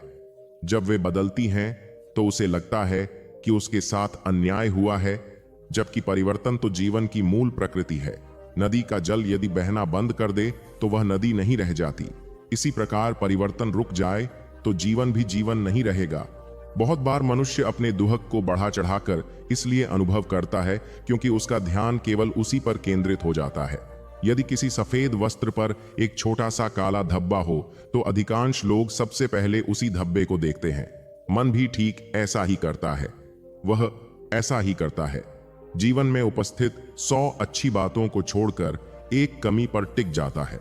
धीरे धीरे वही कमी इतनी बड़ी दिखाई देने लगती है कि बाकी सब कुछ महत्वहीन लगने लगता है, जबकि वास्तविकता यह होती है कि जीवन कभी पूरी तरह प्रकाश से भरा नहीं होता और कभी पूरी तरह अंधकार से भी भरा नहीं होता। दोनों साथ साथ चलते हैं। लोग अक्सर यह सोचते हैं कि उन्हें अधिक स्वतंत्रता मिल जाए तो वे प्रसन्न हो जाएंगे, लेकिन स्वतंत्रता केवल बाहरी परिस्थितियों से नहीं आती। कोई व्यक्ति विशाल घर में रहते हुए भी अपनी इच्छाओं का कैदी हो सकता है, जबकि कोई साधारण जीवन जीते हुए भी भीतर से मुक्त हो सकता है। वास्तविक स्वतंत्रता तब प्रारंभ होती है जब मनुष्य अपनी आदतों, प्रतिक्रियाओं और अनियंत्रित इच्छाओं को पहचानने लगता है। जो व्यक्ति हर भावना के पीछे बिना सोचे दौड़ता रहता है वह स्वयं को स्वतंत्र समझ सकता है, लेकिन वास्तव में वह अपने मन के संकेतों पर चल रहा होता है। क्षमा भी एक ऐसी शक्ति है जिसे बहुत लोग गलत समझते हैं। कई लोगों को लगता है कि क्षमा करना कमजोरी है, लेकिन लंबे समय तक मन में बोझ लेकर चलना उससे कहीं अधिक कठिन है। जिस व्यक्ति ने किसी पुरानी घटना को पकड़ रखा है वह अनजाने में उसे हर दिन अपने वर्तमान में जीवित रखता है। वर्षों पुरानी बात आज भी उसे प्रभावित करती रहती है। दूसरी ओर जब कोई व्यक्ति उस बोझ को छोड़ देता है तो वह अतीत को सही नहीं ठहराता, बल्कि स्वयं को उसके प्रभाव से मुक्त कर देता है। समय के साथ यह स्पष्ट होने लगता है कि जीवन की सबसे बड़ी उपलब्धियां अचानक नहीं मिलती। एक संगीतकार वर्षों तक अभ्यास करता है, तब कहीं जाकर उसके सुरों में गहराई आती है। एक किसान महीनों तक खेत की देखभाल करता है, तब जाकर फसल तैयार होती है। एक वृक्ष भी रातों रात विशाल नहीं बनता। फिर भी मनुष्य अपने जीवन में तत्काल परिणाम चाहता है। वह कुछ दिनों का प्रयास करके वर्षों के फल की अपेक्षा करने लगता है। जब ऐसा नहीं होता तो वह निराश हो जाता है। धैर्य केवल प्रतीक्षा का नाम नहीं है। धैर्य उस विश्वास का नाम है जो प्रयास को जारी रखता है, भले ही परिणाम अभी दिखाई न दे रहे हों। कुछ लोग पूरी उम्र दूसरों को बदलने में लगा देते हैं। वे चाहते हैं कि परिवार उनके अनुसार सोचे, मित्र उनके अनुसार व्यवहार करें और संसार उनकी अपेक्षाओं के अनुसार चले। लेकिन जितना अधिक वे यह प्रयास करते हैं उतनी ही अधिक निराशा उन्हें घेरती जाती है। अंततः उन्हें समझ में आता है कि किसी दूसरे व्यक्ति पर नियंत्रण पाने की इच्छा स्वयं में एक अंतहीन संघर्ष है। जब ध्यान बाहर से हटकर भीतर आता है तब ऊर्जा बचने लगती है। वही ऊर्जा समझ में बदलती है, वही समझ संतुलन में और वही संतुलन शांति में परिवर्तित होने लगती है। कृतज्ञता का भाव भी धीरे धीरे विकसित होता है। यह केवल धन्यवाद कह देने का नाम नहीं है, यह उस दृष्टि का नाम है जो जीवन में उपस्थित छोटी छोटी कृपाओं को पहचानती है। सुबह की खुली हवा, स्वस्थ शरीर, किसी प्रियजन की मुस्कान, सीखने का अवसर, एक और दिन का मिलना, ये सब इतनी सामान्य चीजें लगती हैं कि अक्सर इनका महत्व तब समझ में आता है जब इनमें से कुछ खो जाता है। जो व्यक्ति इन्हें रहते हुए पहचान लेता है उसके भीतर संतोष की एक ऐसी धारा बहने लगती है जो बाहरी उपलब्धियों पर निर्भर नहीं रहती। धीरे धीरे मनुष्य यह भी समझने लगता है कि परिपक्वता का अर्थ सब कुछ जान लेना नहीं है। परिपक्वता का अर्थ है यह स्वीकार करना कि बहुत कुछ ऐसा है जिसे अभी समझना बाकी है। यह स्वीकार करना कि हर व्यक्ति अपनी यात्रा पर है। यह समझना कि हर प्रश्न का उत्तर तुरंत नहीं मिलता। कुछ उत्तर समय देता है, कुछ अनुभव देते हैं और कुछ उत्तर केवल मौन में ही प्रकट होते हैं। जब यह समझ गहरी होने लगती है तब जीवन पहले जैसा रहते हुए भी अलग दिखाई देने लगता है। वही सड़कें, वही लोग, वही कार्य और वही दिनचर्या होती है, लेकिन देखने वाली दृष्टि बदल जाती है। संघर्ष समाप्त नहीं होते, लेकिन संघर्षों के साथ संबंध बदल जाता है। चुनौतियां आती हैं, लेकिन वे भीतर तूफान नहीं खड़ा करती। सफलता आती है, लेकिन वह अहंकार का कारण नहीं बनती। असफलता आती है, लेकिन वह आत्ममूल्य को नष्ट नहीं करती। धीरे धीरे एक ऐसी स्थिरता जन्म लेने लगती है जो बाहरी परिस्थितियों की दया पर निर्भर नहीं होती। और शायद जीवन की सबसे बड़ी उपलब्धि भी यही है, ऐसी आंतरिक स्पष्टता जिसमें मनुष्य स्वयं से भागना बंद कर दे। ऐसा संतुलन जिसमें परिस्थितियां बदलें लेकिन भीतर का आधार न डगमगाए। और ऐसी जागरूकता जिसमें प्रत्येक दिन केवल समय का एक और टुकड़ा न होकर समझ की ओर बढ़ाया गया एक नया कदम बन जाए। जैसे जैसे मनुष्य जीवन के लंबे मार्ग पर आगे बढ़ता है वैसे वैसे उसे यह अनुभव होने लगता है कि जिन बातों को वह कभी अत्यंत महत्वपूर्ण समझता था उनमें से बहुत सी बातें समय के साथ अपना महत्व खो देती हैं, क्योंकि जीवन का सत्य अक्सर उन ऊंची आवाजों में नहीं छिपा होता जो संसार का ध्यान आकर्षित करती हैं, बल्कि उन शांत अनुभूतियों में छिपा होता है जिन्हें केवल वही व्यक्ति महसूस कर सकता है जिसने स्वयं को समझने का प्रयास किया हो। वर्षों तक लोग धन, सम्मान, पद, प्रसिद्धि और दूसरों की स्वीकृति के पीछे दौड़ते रहते हैं, लेकिन अंत में जब वे पीछे मुड़कर अपने जीवन को देखते हैं तो उन्हें यह दिखाई देने लगता है कि सबसे अधिक मूल्यवान वे क्षण थे जब उनका मन शांत था, जब वे बिना किसी भय के मुस्कुरा सके थे, जब उन्हें किसी को कुछ सिद्ध करने की आवश्यकता नहीं थी और जब उनका हृदय अनावश्यक बोझ से मुक्त था। समय मनुष्य को बहुत कुछ सिखाता है। वह सिखाता है कि क्रोध को पकड़कर रखने से केवल मन भारी होता है। वह सिखाता है कि तुलना करने से किसी का जीवन बेहतर नहीं होता। वह सिखाता है कि जो आज तुम्हारे पास है वही कभी तुम्हारी सबसे बड़ी इच्छा हुआ करता था। वह सिखाता है कि हर व्यक्ति अपने भीतर किसी न किसी संघर्ष से गुजर रहा है, इसलिए कठोरता से अधिक करुणा की आवश्यकता है। वह सिखाता है कि हर समस्या हमेशा के लिए नहीं रहती और हर सुख भी स्थायी नहीं होता। यही परिवर्तन जीवन का नियम है, और जो इस नियम को स्वीकार कर लेता है वह परिस्थितियों से लड़ने के बजाय उनके साथ चलना सीख जाता है। धीरे धीरे यह स्पष्ट हो जाता है कि सबसे बड़ा युद्ध बाहर नहीं भीतर चलता है। बाहर के शत्रु कभी कभी सामने आते हैं, लेकिन भीतर के भय, मोह, असंतोष, ईर्ष्या और अहंकार हर दिन मनुष्य के साथ रहते हैं। जो व्यक्ति इनको पहचानना सीख लेता है वह अपने जीवन को नई दिशा दे सकता है। जिसने स्वयं को समझ लिया उसने जीवन का सबसे महत्वपूर्ण पाठ सीख लिया। जिसने अपने मन की चालों को देख लिया उसके लिए संसार पहले जैसा नहीं रहता। वही परिस्थितियां अब उसे तोड़ती नहीं बल्कि उसे और अधिक जागरूक बनाती हैं। किसी दिन जब जीवन की गति थोड़ी धीमी हो जाए, जब चारों ओर शोर कम हो और कुछ क्षण अपने साथ बिताने का अवसर मिले, तब अपने आप से यह प्रश्न अवश्य पूछना चाहिए कि क्या वास्तव में वह सब कुछ जिसके पीछे मैं दौड़ रहा हूं उतना ही आवश्यक है जितना मैं समझ रहा हूं, या फिर मेरे जीवन की सबसे बड़ी आवश्यकता एक शांत, संतुलित और जागरूक मन है। क्योंकि अंततः मनुष्य अपने साथ धन नहीं ले जाता, पद नहीं ले जाता, प्रशंसा नहीं ले जाता। वह अपने कर्मों की छाप, अपने विचारों की दिशा और अपने द्वारा विकसित किए गए आंतरिक स्वरूप को लेकर आगे बढ़ता है। यदि मन निर्मल है तो साधारण जीवन भी सुंदर प्रतीत होता है। यदि मन अशांत है तो सारी सुविधाएं भी अधूरी लगती हैं। इसलिए बाहरी उपलब्धियों के साथ साथ भीतर के विकास को भी उतना ही महत्व देना आवश्यक है। यही वह समझ है जो जीवन को केवल जीने योग्य नहीं बल्कि सार्थक बना देती है।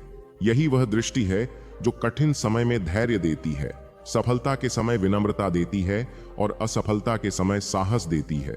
और शायद यही वह प्रकाश है जिसकी खोज में मनुष्य जीवन भर भटकता रहता है। तो मित्रों, यदि इन विचारों ने आपको अपने जीवन को एक नए दृष्टिकोण से देखने की प्रेरणा दी हो, यदि इनमें से किसी एक बात ने भी आपके मन को छुआ हो, तो हमें टिप्पणी करके अवश्य बताइए कि आपको सबसे अधिक कौन सा विचार प्रभावित कर गया।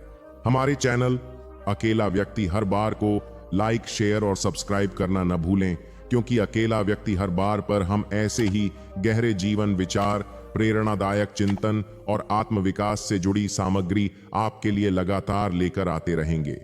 आपका समर्थन ही अकेला व्यक्ति हर बार की सबसे बड़ी शक्ति है।